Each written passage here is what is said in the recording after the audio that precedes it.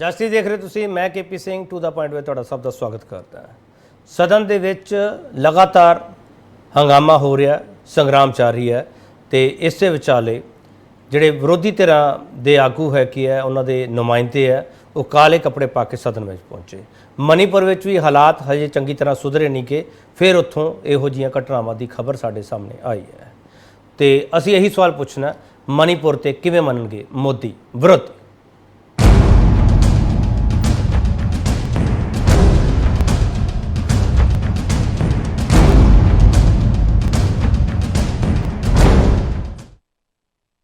दो तस्वीरों का आगाज़ कर रहे हैं अज की चर्चा का। मणिपुर हिंसा ते सियासत भारी है, संग्राम जारी है, सदन के अंदर हंगामा हो रहा, लगातार सदन के बाहर हंगामा किया गया तो हंगामे के विचाल जिहड़ियां तस्वीरां सामने आउंदियां ने। भारतीय जनता पार्टी वालों जां तुसीं कहो कि सरकार वालों भी लगातार जिहड़े वो विरोधियों को जवाब दिते जा रहे हैं। केंद्रीय मंत्री पीयूष गोयल होरां ने जवाब दिते हैं विरोधियों को, तो उन्होंने काले कपड़ियां ते बहुत सारे सवाल चुके गए। संसद के बाहर भी हंगामा होया तो कई तरह जड़ियाँ उत्थे बाहर मैंबर पार्लीमेंट्स को मिलन भी गई, जिन्होंने पंजाब के मुख्य मंत्री भगवंत मान भी शामिल है। बयानबाजी की हो रही है, राहुल गांधी ने भी बयान दिते हैं, भगवंत मान ने भी बयान दिते हैं, तो केंद्रीय मंत्री पीयूष गोयल की कह रहे हैं तो होर तरह की कह रही हैं, सुन लीजिए पहले। हमारे तो यहाँ कोई पंजाब में छोटी मोटी घटना हो जाए तो 1 मिनट में राज्यपाल कह देते हैं, चिट्ठी निकाल देते हैं, ये क्या हो रहा है। तो अभी मणिपुर में क्या हो रहा है इसके बारे में कोई किसी को खबर नहीं है। 78वें दिन मणिपुर का माँ बोला प्रधानमंत्री जी ने, 36 सेकंड, उसमें भी 2-3 स्टेट और डाल दिए, वो भी अकेला नहीं बोला।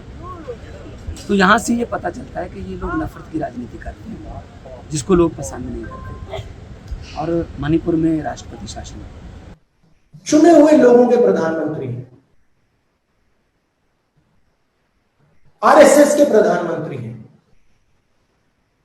उनको मणिपुर से कोई लेना देना नहीं है। वो जानते हैं कि उनकी विचारधारा ने मणिपुर को जलाया है। हरियाणा, पंजाब, उत्तर प्रदेश, सारे देश को जला देंगे, क्योंकि इनको सिर्फ सत्ता चाहिए और कुछ नहीं चाहिए। इनको देश के दर्द से कुछ फर्क नहीं पड़ता, दुख से कोई फर्क नहीं पड़ता, इनको सिर्फ सत्ता चाहिए। जो मणिपुर की घटना हुई है कौन देख सकता है, और देश की प्रतिष्ठा कितनी गिरी होगी उससे दुनिया में। क्या अर्थव्यवस्था पे आप 1 नंबर पे पहुंच जाएं और देश में महिलाएं, नारियां, बेटियों का ये सम्मान होगा। जिनके मन में काला है, जिनके तन में भी आज काला है, क्या छुपा है इनके दिल में, क्या दिल में काला है, क्या शब्दों के बोल में काला है, क्या काला धन छुपा रहे हैं ये अपने इन कपड़ों में, क्या कारनामे हैं इनके जो दिखाना नहीं चाहते और छुपाना चाहते हैं। ऐसे तो आज के दिन काले कौवे भी इन पर आकर्षित होने लगते हैं। माननीय अध्यक्ष महोदय, इनका कल भी काला है, आज भी काला है और भविष्य भी। बड़ा सवाल असीं ये पुछांगे कि मणिपुर हिंसा ते सड़क तो संसद तक संग्राम विचाले सियासत का एजेंडा की है। जो पैनल साडे नाल आ तारीफ करा रहे थे, उस तो बाद डिबेट ओपन हो जाएगी। साहिल सांपला भारतीय जनता पार्टी के स्पोक्सपर्सन है। साहिल सांपला तुहाडा बहुत स्वागत है। नवीन सभरवाल कांग्रेस के स्पोक्सपर्सन है। नवीन सभरवाल तुहाडा बहुत स्वागत है। एडवोकेट बिक्रमजीत पासी आम आदमी पार्टी के स्पोक्सपर्सन है। मिस्टर पासी तुहाडा बहुत स्वागत है। एडवोकेट रविंदर सिंह सैंपला ये श्रोमणी अकाली दल के स्पोक्सपर्सन ने, पहली बार डिबेट बैठ रहे हैं। मिस्टर सैंपला तुहाडा बहुत स्वागत है। कमलजीत CPI ML के आगू ने, कमलजीत तुहाडा बहुत स्वागत है। साहिल सांपला भगवंत मान ने डिमांड की है कि राष्ट्रपति राज लगा देना चाहिए मणिपुर दे विच। जी मैं केपी जी, मैं भगवंत मान साहब ਦੀਆਂ ਜਿਹੜੀਆਂ ਤਕਰੀਰ ਉਹ ਵੀ ਸੁਣ ਰਿਹਾ ਸੀ ਔਰ ਰਾਹੁਲ ਗਾਂਧੀ ਦੀ ਵੀ ਸੁਣ ਰਿਹਾ ਸੀ ਔਰ ਹੋਰ ਆਪਣੇ ਅਖਿਲੇਸ਼ ਯਾਦਵ ਜੀ ਸਾਰਿਆਂ ਦੀਆਂ ਮੈਂ ਜਿਹੜੀਆਂ ਗੱਲਾਂ ਮਣੀਪੁਰ ਦੇ ਉੱਪਰ। ਪਹਿਲਾਂ ਤਾਂ ਮੈਂ ਆਪਣੀ ਗੱਲ ਨੂੰ ਕਹਿਣਾ ਚਾਹੁੰਦਾ ਕਿ ਮਣੀਪੁਰ ਦੇ ਵਿੱਚ ਜੋ ਘਟਨਾ ਹੋ ਰਹੀਆਂ ਆ ਮੰਦਭਾਗੀ ਹੈ। ਅਸੀਂ ਵੀ ਮੰਨਦੇ ਹਾਂ ਕਿ ਜਿਨ੍ਹਾਂ ਨੇ ਵੀ ਇਹ ਕੋਈ ਵੀ ਗਲਤ ਕਰ ਰਿਹਾ ਉਹਨੂੰ ਸਖਤ ਤੋਂ ਸਖਤ ਕਾਰਵਾਈ ਹੋਣੀ ਚਾਹੀਦੀ, ਸਜ਼ਾ ਮਿਲਣੀ ਚਾਹੀਦੀ ਹੈ ਭਾਜਪਾ ਦਾ ਕਹਿਣਾ। ਮਗਰ ਨਾਲ ਦੀ ਨਾਲ ਮਣੀਪੁਰ ਦਾ ਦੁਖਾਂਤ ਜਿਹੜਾ ਆ ਉਹ ਕਾਂਗਰਸ ਨੂੰ, ਆਮ ਆਦਮੀ ਪਾਰਟੀ ਨੂੰ ਜਾਂ ਸਮਾਜਵਾਦੀ ਪਾਰਟੀ ਸਾਰਿਆਂ ਨੂੰ ਦਿਖ ਰਿਹਾ ਆ, ਤਕਰੀਬਨ ਸਾਰੀਆਂ ਪਾਰਟੀਆਂ ਜਿਹੜੀਆਂ ਬੀਜੇਪੀ। ਮਗਰ ਜਿਹੜਾ ਦੁਖਾਂਤ ਵੈਸਟ ਬੰਗਾਲ ਮਮਤਾ ਬੈਨਰਜੀ, ਕਿਉਂਕਿ ਉਹ ਇਹਨਾਂ ਦੇ ਗਠਬੰਧਨ ਉਹਦੇ ਵਿੱਚ ਜੋ ਪਿੱਛੇ ਪੰਚਾਇਤੀ ਇਲੈਕਸ਼ਨਾਂ ਦੇ ਵਿੱਚ ਜੋ ਹੋਇਆ, ਜੋ ਬੰਬ ਕਾਂਡ ਹੋਏ, ਜੋ ਕਤਲੇਆਮ ਹੋਇਆ, ਉਹਦੇ ਤੇ ਕਦੀ ਰਾਹੁਲ ਗਾਂਧੀ ਦਾ ਕੋਈ ਬਿਆਨ ਨਹੀਂ ਹੈ, ਕੋਈ ਭਗਵੰਤ ਮਾਨ ਜੀ ਨੇ ਉੱਥੇ ਡਿਮਾਂਡ ਨਹੀਂ ਕੀਤੀ। ਰਾਜਪਾਲ ਨੇ ਤਾਂ ਉੱਥੇ ਵੀ ਬਹੁਤ ਦਿੱਤੀਆਂ, ਉੱਥੇ ਵੀ ਬਹੁਤ ਐਕਟਿਵਲੀ ਪਾਰਟ ਕੀਤਾ, ਮਗਰ ਉੱਥੇ ਵੀ ਕਿਸੇ ਨੇ ਨਹੀਂ ਸੁਣੀ, ਕਿਸੇ ਨੇ ਵੀ ਉੱਥੇ ਤੇ ਇੱਕ ਵਾਰ ਬਿਆਨ ਨਹੀਂ ਦਿੱਤਾ। ਰਾਜਸਥਾਨ ਦੇ ਵਿੱਚ ਸੇਮ ਘਟਨਾਵਾਂ ਹੋਈਆਂ, ਕਿਸੇ ਨੇ ਇੱਕ ਵਾਰ ਬਿਆਨ ਨਹੀਂ ਦਿੱਤਾ। ਛੱਤੀਸਗੜ੍ਹ ਦੇ ਵਿੱਚ ਜੋ ਘਟਨਾਵਾਂ ਹੋਈਆਂ, ਕਿਸੇ ਨੇ ਇੱਕ ਵਾਰ ਬਿਆਨ ਨਹੀਂ ਦਿੱਤਾ। ਸੋ ਇਹ ਸਾਰਾ ਦੁਖਾਂਤ ਜਿਹੜਾ ਰਾਹੁਲ ਗਾਂਧੀ ਜੀ ਦਾ ਬਿਆਨ ਸੀ ਨਾ ਕਿ ਸੱਤਾ ਲਈ, ਇਹ ਸਾਰਾ ਦੁਖਾਂਤ ਜਿਹੜਾ ਆ ਨਾ, ਇਹ ਸਾਰਾ ਸੱਤਾ ਲਈ ਆ, ਮਗਰ ਉਹ ਸ਼ਬਦ ਜਿਹੜੇ ਆ ਉਹ ਬੀਜੇਪੀ ਦਾ ਨਾਮ ਲੈ ਕੇ, ਬਲਕਿ ਮੈਨੂੰ ਜੋ ਲੱਗ ਰਿਹਾ ਉਹ ਕਹਿ ਰਹੇ ਸੀ ਕਿ ਸੱਤਾ ਲਈ ਕੁਝ ਵੀ ਕਰ ਸਕਦੇ। ਮੈਨੂੰ ਇਦਾਂ ਲੱਗ ਰਿਹਾ ਸੀ ਕਿ ਸ਼ਾਇਦ ਰਾਹੁਲ ਗਾਂਧੀ 84 ਦੇ ਦੰਗਿਆਂ ਦੀ ਗੱਲ ਕਰਨ ਲੱਗੇ। ਦੰਗੇ ਸ਼ਬਦ ਨਾ ਵਰਤੋ ਪਲੀਜ਼, ਦੰਗੇ ਸ਼ਬਦ ਨਾ ਵਰਤੋ। ਸਾਹਿਲ ਸਾਂਪਲਾ ਉਹ ਗੱਲ ਕਿਸੇ ਹੋਰ ਪਾਸੇ ਕਰਨੀ ਸੀ। ਸਾਹਿਲ ਸਾਂਪਲਾ ਆਪਣਾ ਅਤੀਤ ਸਾਹਿਲ ਸਾਂਪਲਾ ਦੰਗੇ ਸ਼ਬਦ ਨਾ ਵਰਤੋ ਸਰ। ਨਸਲਕੁਸ਼ੀ ਕਹਿ ਲਓ, ਕਤਲੇਆਮ ਕਹਿ ਲਓ, ਦੰਗੇ ਸ਼ਬਦ ਨਾ ਵਰਤੋ। ਸਾਹਿਲ ਸਾਂਪਲਾ ਮੈਨੂੰ ਇੱਕ ਚੀਜ਼ ਦੱਸੋ। ਸਾਹਿਲ ਸਾਂਪਲਾ ਮੈਂ ਕਹਿ ਰਿਹਾ ਸੀ ਦੰਗੇ ਸ਼ਬਦ ਨਾ ਵਰਤੋ ਸਰ। ਨਸਲਕੁਸ਼ੀ ਕਹਿ ਲਓ, ਕਤਲੇਆਮ ਕਹਿ ਲਓ ਸਰ, ਦੰਗੇ ਨਹੀਂ ਸੀ ਉਹ। ਬਿਲਕੁਲ ਸਰ, ਨਸ਼ੇਖੋਰੀ ਕਹਿ ਲਓ। ਚਲੋ ਸਾਂਪਲਾ ਸਾਹਿਬ ਮੇਰਾ ਸਵਾਲ ਲੈ ਲਓ। ਸਾਂਪਲਾ ਸਾਹਿਬ ਮੇਰਾ ਸਵਾਲ ਲੈ ਲਓ। ਸਾਂਪਲਾ ਸਾਹਿਬ ਮੇਰਾ ਸਵਾਲ ਲੈ ਲਓ ਸਰ। ਸਾਂਪਲਾ ਸਾਹਿਬ ਮੇਰਾ ਸਵਾਲ ਲੈ ਲਓ। ਅਤੀਤ ਨੂੰ ਯਾਦ ਕਰ ਰਹੇ ਸੀ। ਸਾਂਪਲਾ ਸਾਹਿਬ ਮੇਰਾ ਸਵਾਲ ਲੈ ਲਓ। ਸਾਂਪਲਾ ਸਾਹਿਬ ਤੁਸੀਂ ਇਹ ਮੰਨਦੇ ਹੋ ਕਿ ਜੋ ਮਣੀਪੁਰ ਵਿੱਚ ਹੋਇਆ ਤੇ ਜੋ ਬਾਕੀ ਸਟੇਟਸ ਵਿੱਚ ਹੋਇਆ, ਤੁਸੀਂ ਉਹਨਾਂ ਨੂੰ ਕੰਪੈਰੀਜ਼ਨ ਕਰਕੇ ਤੁਸੀਂ ਆਪਣੀ ਜ਼ਿੰਮੇਵਾਰੀ ਤੋਂ ਮੁਕਤ ਹੋ ਜਾਓਗੇ? ਸਾਹਿਲ ਸਾਂਪਲਾ ਨਾ, ਬਿਲਕੁਲ ਨਹੀਂ। ਜ਼ਿੰਮੇਵਾਰੀ ਤੋਂ ਮੁਕਤ ਹੋਣਾ ਨਹੀਂ। ਮੈਂ ਇਹ ਕਹਿ ਰਿਹਾ ਹਾਂ ਕਿ ਜੋ ਉੱਥੇ ਹੋ ਰਿਹਾ ਉਹ ਮੰਦਭਾਗਾ, ਮਗਰ ਨਾਲ ਦੀ ਨਾਲ ਬਾਕੀ ਪਾਰਟੀਆਂ ਨੂੰ ਜੋ ਬਾਕੀ ਸਟੇਟਾਂ ਚਾਹੇ ਵੈਸਟ ਬੰਗਾਲ ਦੇ ਵਿੱਚ ਜੋ ਹੈ ਉਹਦੇ ਤੇ ਚਲੋ ਮੈਂ ਸਟੇਟਮੈਂਟ ਲੈ ਰਿਹਾ। ਸ਼ਬਦ ਮੰਦਭਾਗਾ ਜਿਹੜਾ ਉੱਥੇ ਵੀ ਉਹਦੇ ਤੇ ਵੀ ਕੋਈ ਬਿਆਨ ਦੇਣਾ ਚਾਹੀਦਾ ਸੀ, ਮਗਰ ਉੱਥੇ ਕੋਈ ਨਹੀਂ ਦੇ ਰਿਹਾ। ਚਲੋ ਠੀਕ ਹੈ, ਮੈਂ ਬਾਕੀ ਤਿੰਨੇ ਪਾਰਟੀਆਂ ਕੋਲੇ ਬਾਅਦ ਚਾਹੂੰਗਾ, ਪਹਿਲਾਂ ਮੈਂ CPIML ਕੋਲ ਚੱਲਦਾ। ਕਮਲਜੀਤ, ਜੋ ਵੈਸਟ ਬੰਗਾਲ ਵਿੱਚ ਹੋਇਆ ਉਸ ਤੇ ਸਟੇਟਮੈਂਟ ਨਹੀਂ ਆ ਰਹੀ ਕਿਸੇ ਦੀ, ਤੇ ਸਾਰੇ ਮਣੀਪੁਰ ਤੇ ਕੇਂਦਰਿਤ ਹੋਏ ਪਏ ਆ, ਵਜ੍ਹਾ ਕੀ ਹੈ? ਤੁਸੀਂ ਆਪਣੀ ਆਵਾਜ਼ ਖੋਲ ਲਓ ਕਮਲਜੀਤ।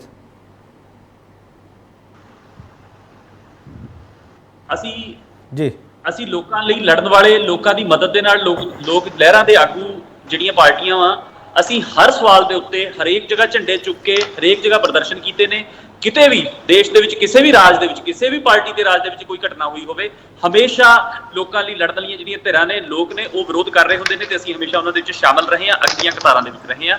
ਤੇ ਜੋ ਵੀ ਵੈਸਟ ਬੰਗਾਲ 'ਚ ਹੋਇਆ, ਰਾਜਸਥਾਨ ਦੀ ਜਿਹਦੀ ਗੱਲ ਕਰ ਰਹੇ, ਛੱਤੀਸਗੜ੍ਹ ਦੀ ਜਿਹਦੀ ਗੱਲ ਕਰ ਰਹੇ, ਹਰ ਜਗ੍ਹਾ ਵਿਰੋਧ ਕੀਤਾ ਗਿਆ, ਹਰ ਜਗ੍ਹਾ ਦੇ ਉੱਤੇ ਸਵਾਲ ਕੀਤੇ ਗਏ ਨੇ, ਹਰ ਜਗ੍ਹਾ ਜਿਹੜੇ ਨੇ ਇਹ ਬਿਆਨ ਵੀ ਹੋਏ ਨੇ ਤੇ ਵਿਰੋਧ ਹੋਇਆ, ਐਕਟਿਵ ਵਿਰੋਧ ਹੋਇਆ ਜਾ ਕੇ ਥੱਲੇ। ਲੇਕਿਨ ਜਿਹੜਾ ਸਵਾਲ ਹੁਣ ਸਾਂਪਲਾ ਸਾਹਿਬ ਉਠਾ ਰਹੇ ਨੇ, ਇਹ ਕੀ ਕਰ ਰਹੇ ਨੇ? ਇੱਕ ਘਟਨਾ ਨੂੰ ਦੂਜੀ ਘਟਨਾ ਦੇ ਅਗੇਂਸਟ ਪਿੱਟ ਕਰ ਰਹੇ ਨੇ।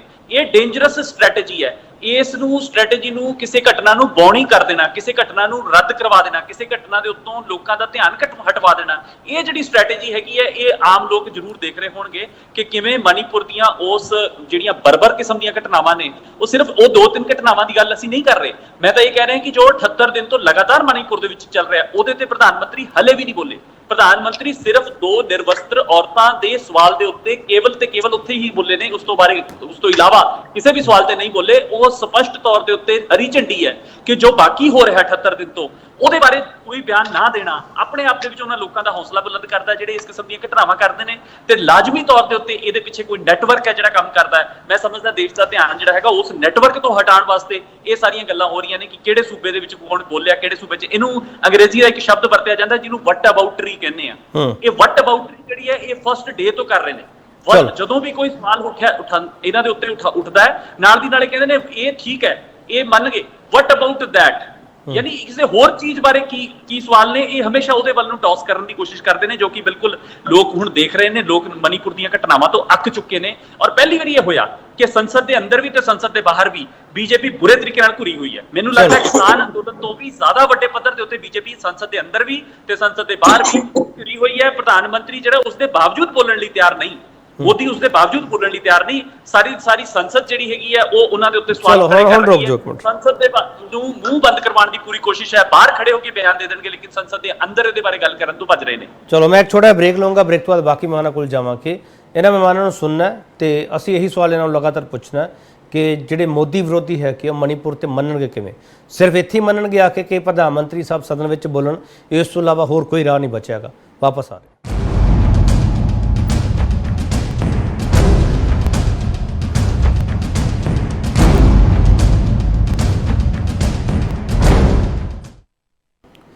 ਹੁਣ ਤਾਂ ਤੁਹਾਡਾ ਸਵਾਗਤ ਕਰਦੇ ਹਾਂ। ਬੜਾ ਸਵਾਲ ਅਸੀਂ ਇਹ ਪੁੱਛ ਰਹੇ ਹਾਂ, ਮਣੀਪੁਰ ਹਿੰਸਾ ਤੇ ਸੜਕ ਤੋਂ ਸੰਸਦ ਤੱਕ ਸੰਗਰਾਮ ਵਿਚਾਲੇ ਸਿਆਸਤ ਦਾ ਏਜੰਡਾ ਕੀ ਹੈ? ਨਵੀਨ ਸਭਰਵਾਲ ਜੀ, ਤੁਹਾਡੇ ਨੇਤਾ ਕਹਿੰਦੇ ਆ, ਰਾਹੁਲ ਗਾਂਧੀ ਕਹਿੰਦੇ RSS ਦੇ ਪ੍ਰਧਾਨ ਮੰਤਰੀ ਹੈ। ਸਰ, ਉਹ ਦੇਸ਼ ਨੂੰ ਦੁਨੀਆ ਦੇ ਵਿੱਚ ਤੀਜੇ ਨੰਬਰ ਦੀ ਇਕਨੋਮੀ ਬਣਾਉਣ ਦੀ ਕੋਸ਼ਿਸ਼ਾਂ ਵਿੱਚ ਲੱਗੇ ਹੋਏ ਆ। ਤੁਸੀਂ ਕਹਿੰਦੇ ਆਰਐਸਐਸ ਦੇ ਪ੍ਰਧਾਨ ਮੰਤਰੀ ਹੈ, ਤੁਸੀਂ ਕਹਿੰਦੇ ਹੋ ਕਿਸੇ ਵੀ ਸੂਬੇ ਨੂੰ ਸਾੜ ਸਕਦੇ ਆ। ਨਵੀਨ ਸੱਭਰਵਾਲ ਜੀ, ਇੱਕ ਚੁਣੇ ਹੋਏ ਪ੍ਰਧਾਨ ਮੰਤਰੀ ਦੀ, ਇੱਕ ਲੋਕਾਂ ਦੇ ਏਡੇ ਵੱਡੇ ਨੁਮਾਇੰਦੇ ਦੀ ਤੋਹੀਨ ਕਰ ਰਹੇ ਹੋ ਤੁਸੀਂ ਸੱਭਰਵਾਲ ਸਾਹਿਬ। ਜੀ ਜੀ ਜੀ, ਚੁਣਾ ਹੋਇਆ ਨੁਮਾਇੰਦਾ, ਬੜਾ ਵੱਡਾ ਸ਼ਬਦ ਬੋਲਿਆ ਤੁਸੀਂ, ਚੁਣਾ ਨੁਮਾਇੰਦਾ। ਕਿੰਨੇ ਚੁਣਿਆ? ਭਾਰਤ ਦੀ ਜਨਤਾ ਨੇ। ਮਣੀਪੁਰ ਦੇ ਬੰਦੇ ਕੌਣ ਹੈ ਬਸ਼ਿੰਦੇ? ਭਾਰਤ ਦੀ ਜਨਤਾ।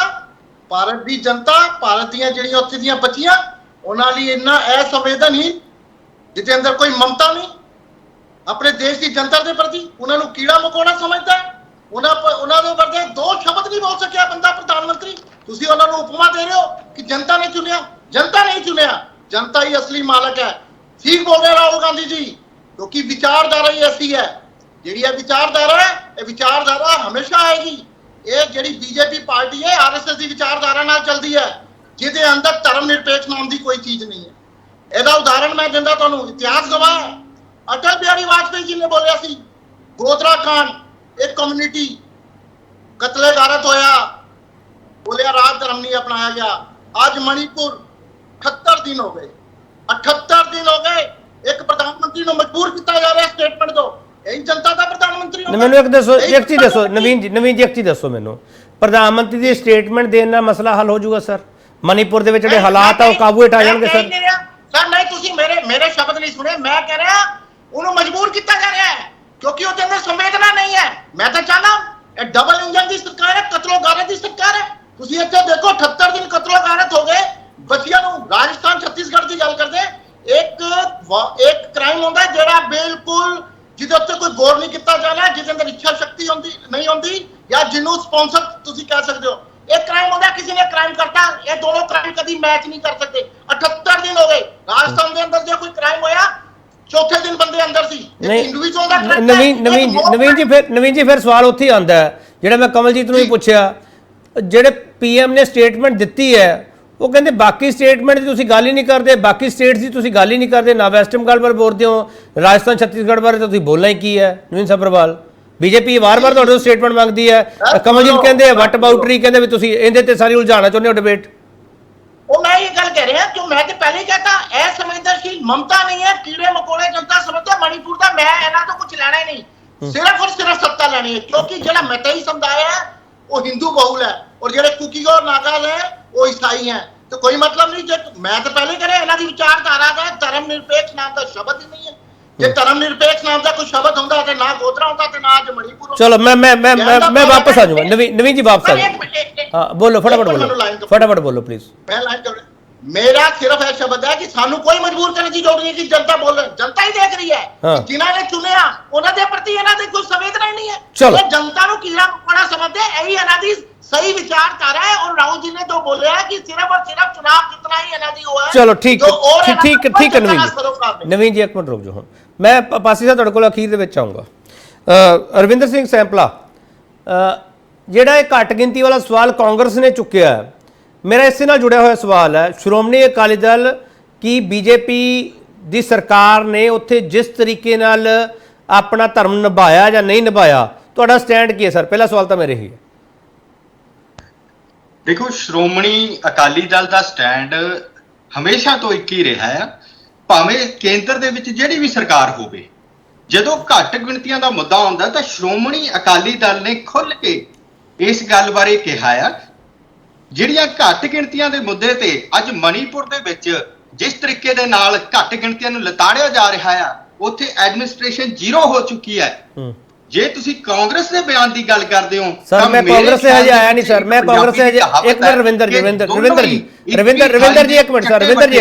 ਜੀ ਇੱਕ ਮਿੰਟ ਮੈਂ ਸਰ ਕਾਂਗਰਸ ਸੇ ਆਇਆ ਨਹੀਂ, ਮੈਂ ਸਰ ਲੈ ਆਉਂਗਾ ਕਾਂਗਰਸ ਤੇ, ਮੈਨੂੰ ਪਤਾ ਕਦੋਂ ਕਾਂਗਰਸ ਤੇ ਲੈ ਕੇ ਆਉਣਾ ਤੁਹਾਨੂੰ ਮੈਂ। ਰਵਿੰਦਰ ਜੀ ਮੇਰਾ ਇੱਕ ਸਵਾਲ ਹੈ, ਤੁਸੀਂ ਕਹਿ ਰਹੇ ਹੋ ਕਿ ਘੱਟ ਗਿਣਤੀਆਂ ਦੀ ਰਾਖੀ ਲਈ ਸ਼੍ਰੋਮਣੀ ਅਕਾਲੀ ਦਲ ਖੁੱਲ੍ਹ ਕੇ ਬੋਲਦਾ। ਸਰ ਇੱਕ ਸਟੇਟਮੈਂਟ ਮੈਨੂੰ ਦਿਖਾ ਦਿਓ ਤੁਸੀਂ ਆਪਣੇ ਲੀਡਰ ਦੀ ਸਰ, ਟਵੀਟ 'ਤੇ ਭੇਜ ਦਿਓ ਕਿਰਪਾ ਕਰਕੇ, ਮੈਨੂੰ ਤਾਂ ਲੱਭਿਆ ਨਹੀਂ ਸਰ। ਕੇਪੀ ਜੀ ਸ਼ੁਰੂ ਤੋਂ ਹੀ, ਮੈਂ ਅੱਜ ਦੀ ਗੱਲ ਨਹੀਂ ਕਰ ਰਿਹਾ, ਜਦੋਂ ਮੈਂ ਸਰ ਅੱਜ ਦੀ ਹੀ ਗੱਲ ਕਰ ਰਿਹਾ, ਜਦੋਂ ਤੋਂ ਸ਼੍ਰੋਮਣੀ ਅਕਾਲੀ ਦਲ ਦਾ ਜਨਮ ਹੋਇਆ, ਜਨਮ ਹੀ ਘੱਟ ਗਿਣਤੀਆਂ ਵਾਸਤੇ ਹੋਇਆ।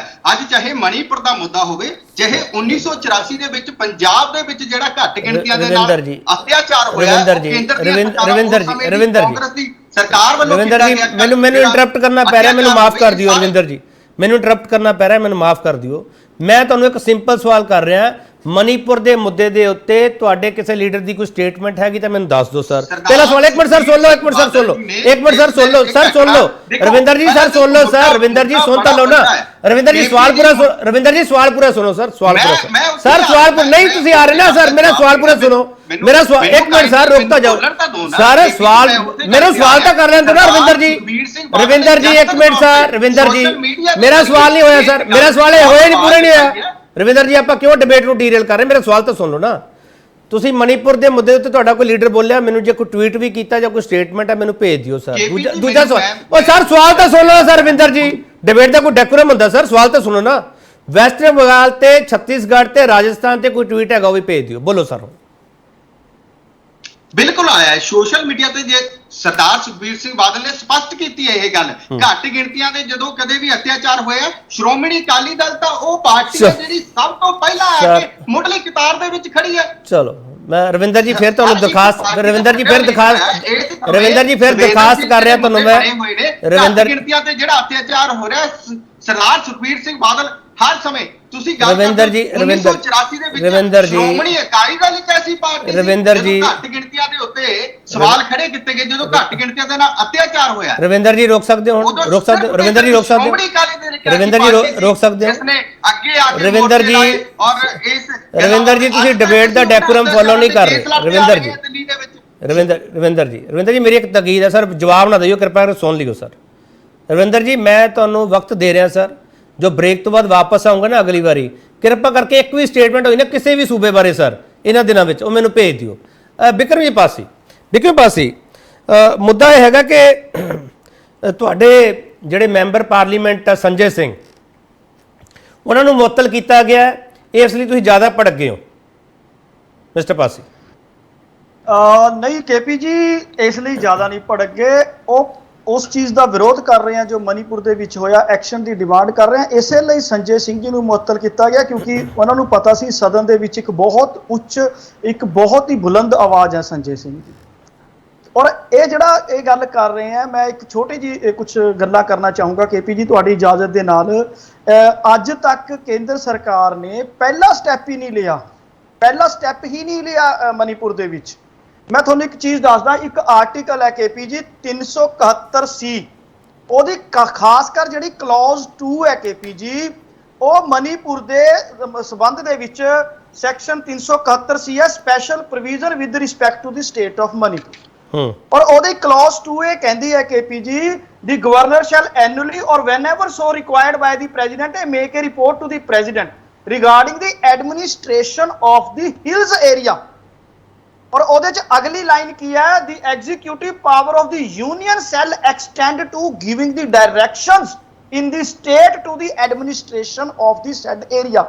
ਇਹ ਗੱਲ ਇਹ ਕਹਿ ਰਹੀ ਹੈ ਕੇਪੀ ਜੀ ਕਿ ਕੇਂਦਰ ਨੂੰ ਡਾਇਰੈਕਟ ਡਾਇਰੈਕਸ਼ਨਸ ਦੇਣ ਦਾ ਅਧਿਕਾਰ ਹੈ ਮਨੀਪੁਰ ਦੇ ਵਿੱਚ। ਹੁਣ ਦੂਜੀ ਗੱਲ, ਇਹਨਾਂ ਦੀ ਡਬਲ ਇੰਜਨ ਸਰਕਾਰ ਹੈ, ਜਿਹੜੀ ਇਹ ਕਹਿੰਦੇ ਹੁੰਦੇ ਸੀ ਡਬਲ ਇੰਜਨ ਦੀ ਸਰਕਾਰ ਲਿਆਓ, ਇਹ ਕਤਲੋ ਗੈਰਤ, ਇਹ ਬੇਪੱਤੀਆਂ ਦੀ ਡਬਲ ਇੰਜਨ ਦੀ ਸਰਕਾਰ ਹੁੰਦੀ ਹੈ। ਮੈਂ ਵੀਰੇਨ ਸਿੰਘ ਜੀ ਦਾ ਇੱਕ ਬਿਆਨ ਪੜ੍ਹ ਕੇ ਤੁਹਾਨੂੰ ਸੁਣਾਉਣਾ ਚਾਹ ਰਿਹਾ ਕੇਪੀ ਜੀ, 3 ਲਾਈਨਾਂ ਦਾ ਹੀ ਹੈ।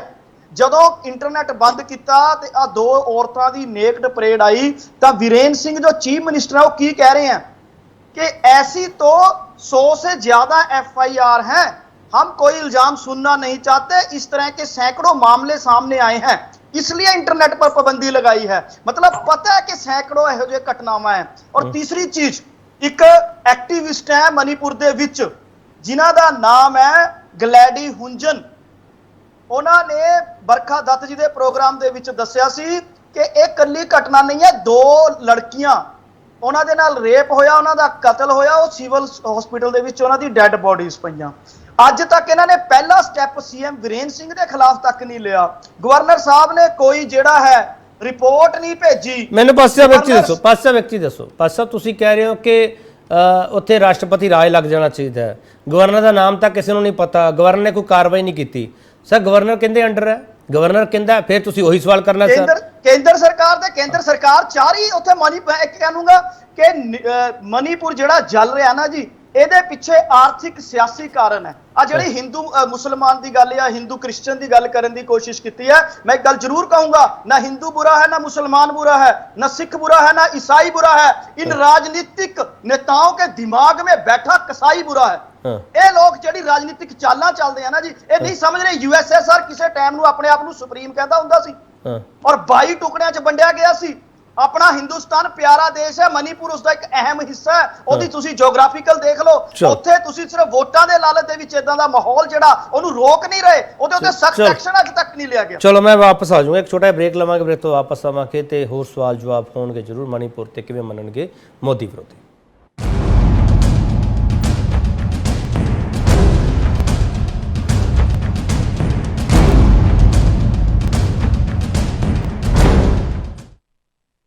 एक बार फिर ਤੁਹਾਡਾ ਸਵਾਗਤ ਕਰਦੇ ਹਾਂ। ਵੱਡਾ ਸਵਾਲ ਅਸੀਂ ਪੁੱਛ ਰਹੇ ਮਣੀਪੁਰ ਹਿੰਸਾ ਤੇ ਸੜਕ ਤੋਂ ਸੰਸਦ ਤੱਕ ਸੰਗਰਾਮ ਵਿਚਾਲੇ ਸਿਆਸਤ ਦਾ ਏਜੰਡਾ ਕੀ ਹੈ। ਅਰਵਿੰਦਰ ਸਿੰਘ ਜੀ, ਕੀ ਮਣੀਪੁਰ ਦੀ ਸਰਕਾਰ ਨੂੰ ਬਰਖਾਸਤ ਕਰ ਦੇਣਾ ਚਾਹੀਦਾ ਹੈ? ਕੇਪੀ ਜੀ ਆਪਣਾ ਸਵਾਲ ਰਿਪੀਟ ਕਰੋਗੇ? ਕੀ ਮਣੀਪੁਰ ਦੀ ਸਰਕਾਰ ਨੂੰ ਬਰਖਾਸਤ ਕਰ ਦੇਣਾ ਚਾਹੀਦਾ ਹੈ? ਉੱਥੇ ਰਾਸ਼ਟਰਪਤੀ ਰਾਜ ਲਗਾ ਦੇਣਾ ਚਾਹੀਦਾ ਹੈ? ਬਿਲਕੁਲ ਕਰ ਦੇਣਾ ਚਾਹੀਦਾ ਜੀ। ਇਹ ਕੰਮ ਤਾਂ ਬੜੇ ਪਹਿਲਾਂ ਹੋ ਜਾਣਾ ਚਾਹੀਦਾ ਸੀਗਾ। ਸਿਰਫ ਸਿਆਸਤ ਕਰਨ ਵਾਸਤੇ ਪ੍ਰਧਾਨ ਮੰਤਰੀ ਸਾਹਿਬ ਨੂੰ ਜਿਵੇਂ ਪਹਿਲਾਂ ਬੁਲਾਰਿਆਂ ਨੇ ਕਿਹਾ ਆ, ਇਸ ਗੱਲ ਦਾ ਸੰਘਾਨ ਲੈਣ ਨੂੰ ਹੀ 4 ਮਹੀਨੇ ਲੱਗ ਗਏ, ਪਹਿਲਾਂ ਫਾਈਲਾਂ ਬਾਹਰ ਆਉਣ ਨੂੰ 4 ਮਹੀਨੇ ਲੱਗ ਗਏ। ਇਹ ਤਾਂ ਬੜੇ ਪਹਿਲਾਂ ਹੋ ਜਾਣਾ ਚਾਹੀਦਾ ਸੀ। ਸੋ ਹੁਣ ਵੀ ਡੁੱਲੇ ਵੇਰਾਂ ਦਾ ਕੁਝ ਨਹੀਂ ਹੋਇਆ। ਹਲੇ ਵੀ ਸਰਕਾਰ ਨੂੰ ਜਿਹੜਾ ਹੈਗਾ ਆ, ਗਵਰਨਰ ਸਾਹਿਬ ਨੂੰ ਇਸ ਤੇ ਸੀਰੀਅਸ ਐਕਸ਼ਨ ਲੈਣਾ ਚਾਹੀਦਾ। ਸਰਕਾਰ ਨੂੰ ਇੱਕ ਹੋਰ ਸਵਾਲ ਕਰ ਦੇਣਾ ਚਾਹੀਦਾ ਹੈ। ਸਰਕਾਰ ਕਿਹੜੀ ਰਹਿ ਗਈ? ਜ਼ੀਰੋ ਐਡਮਿਨਿਸਟ੍ਰੇਸ਼ਨ ਮਣੀਪੁਰ ਦੇ ਵਿੱਚ ਦੇਖਣ ਨੂੰ ਮਿਲਿਆ।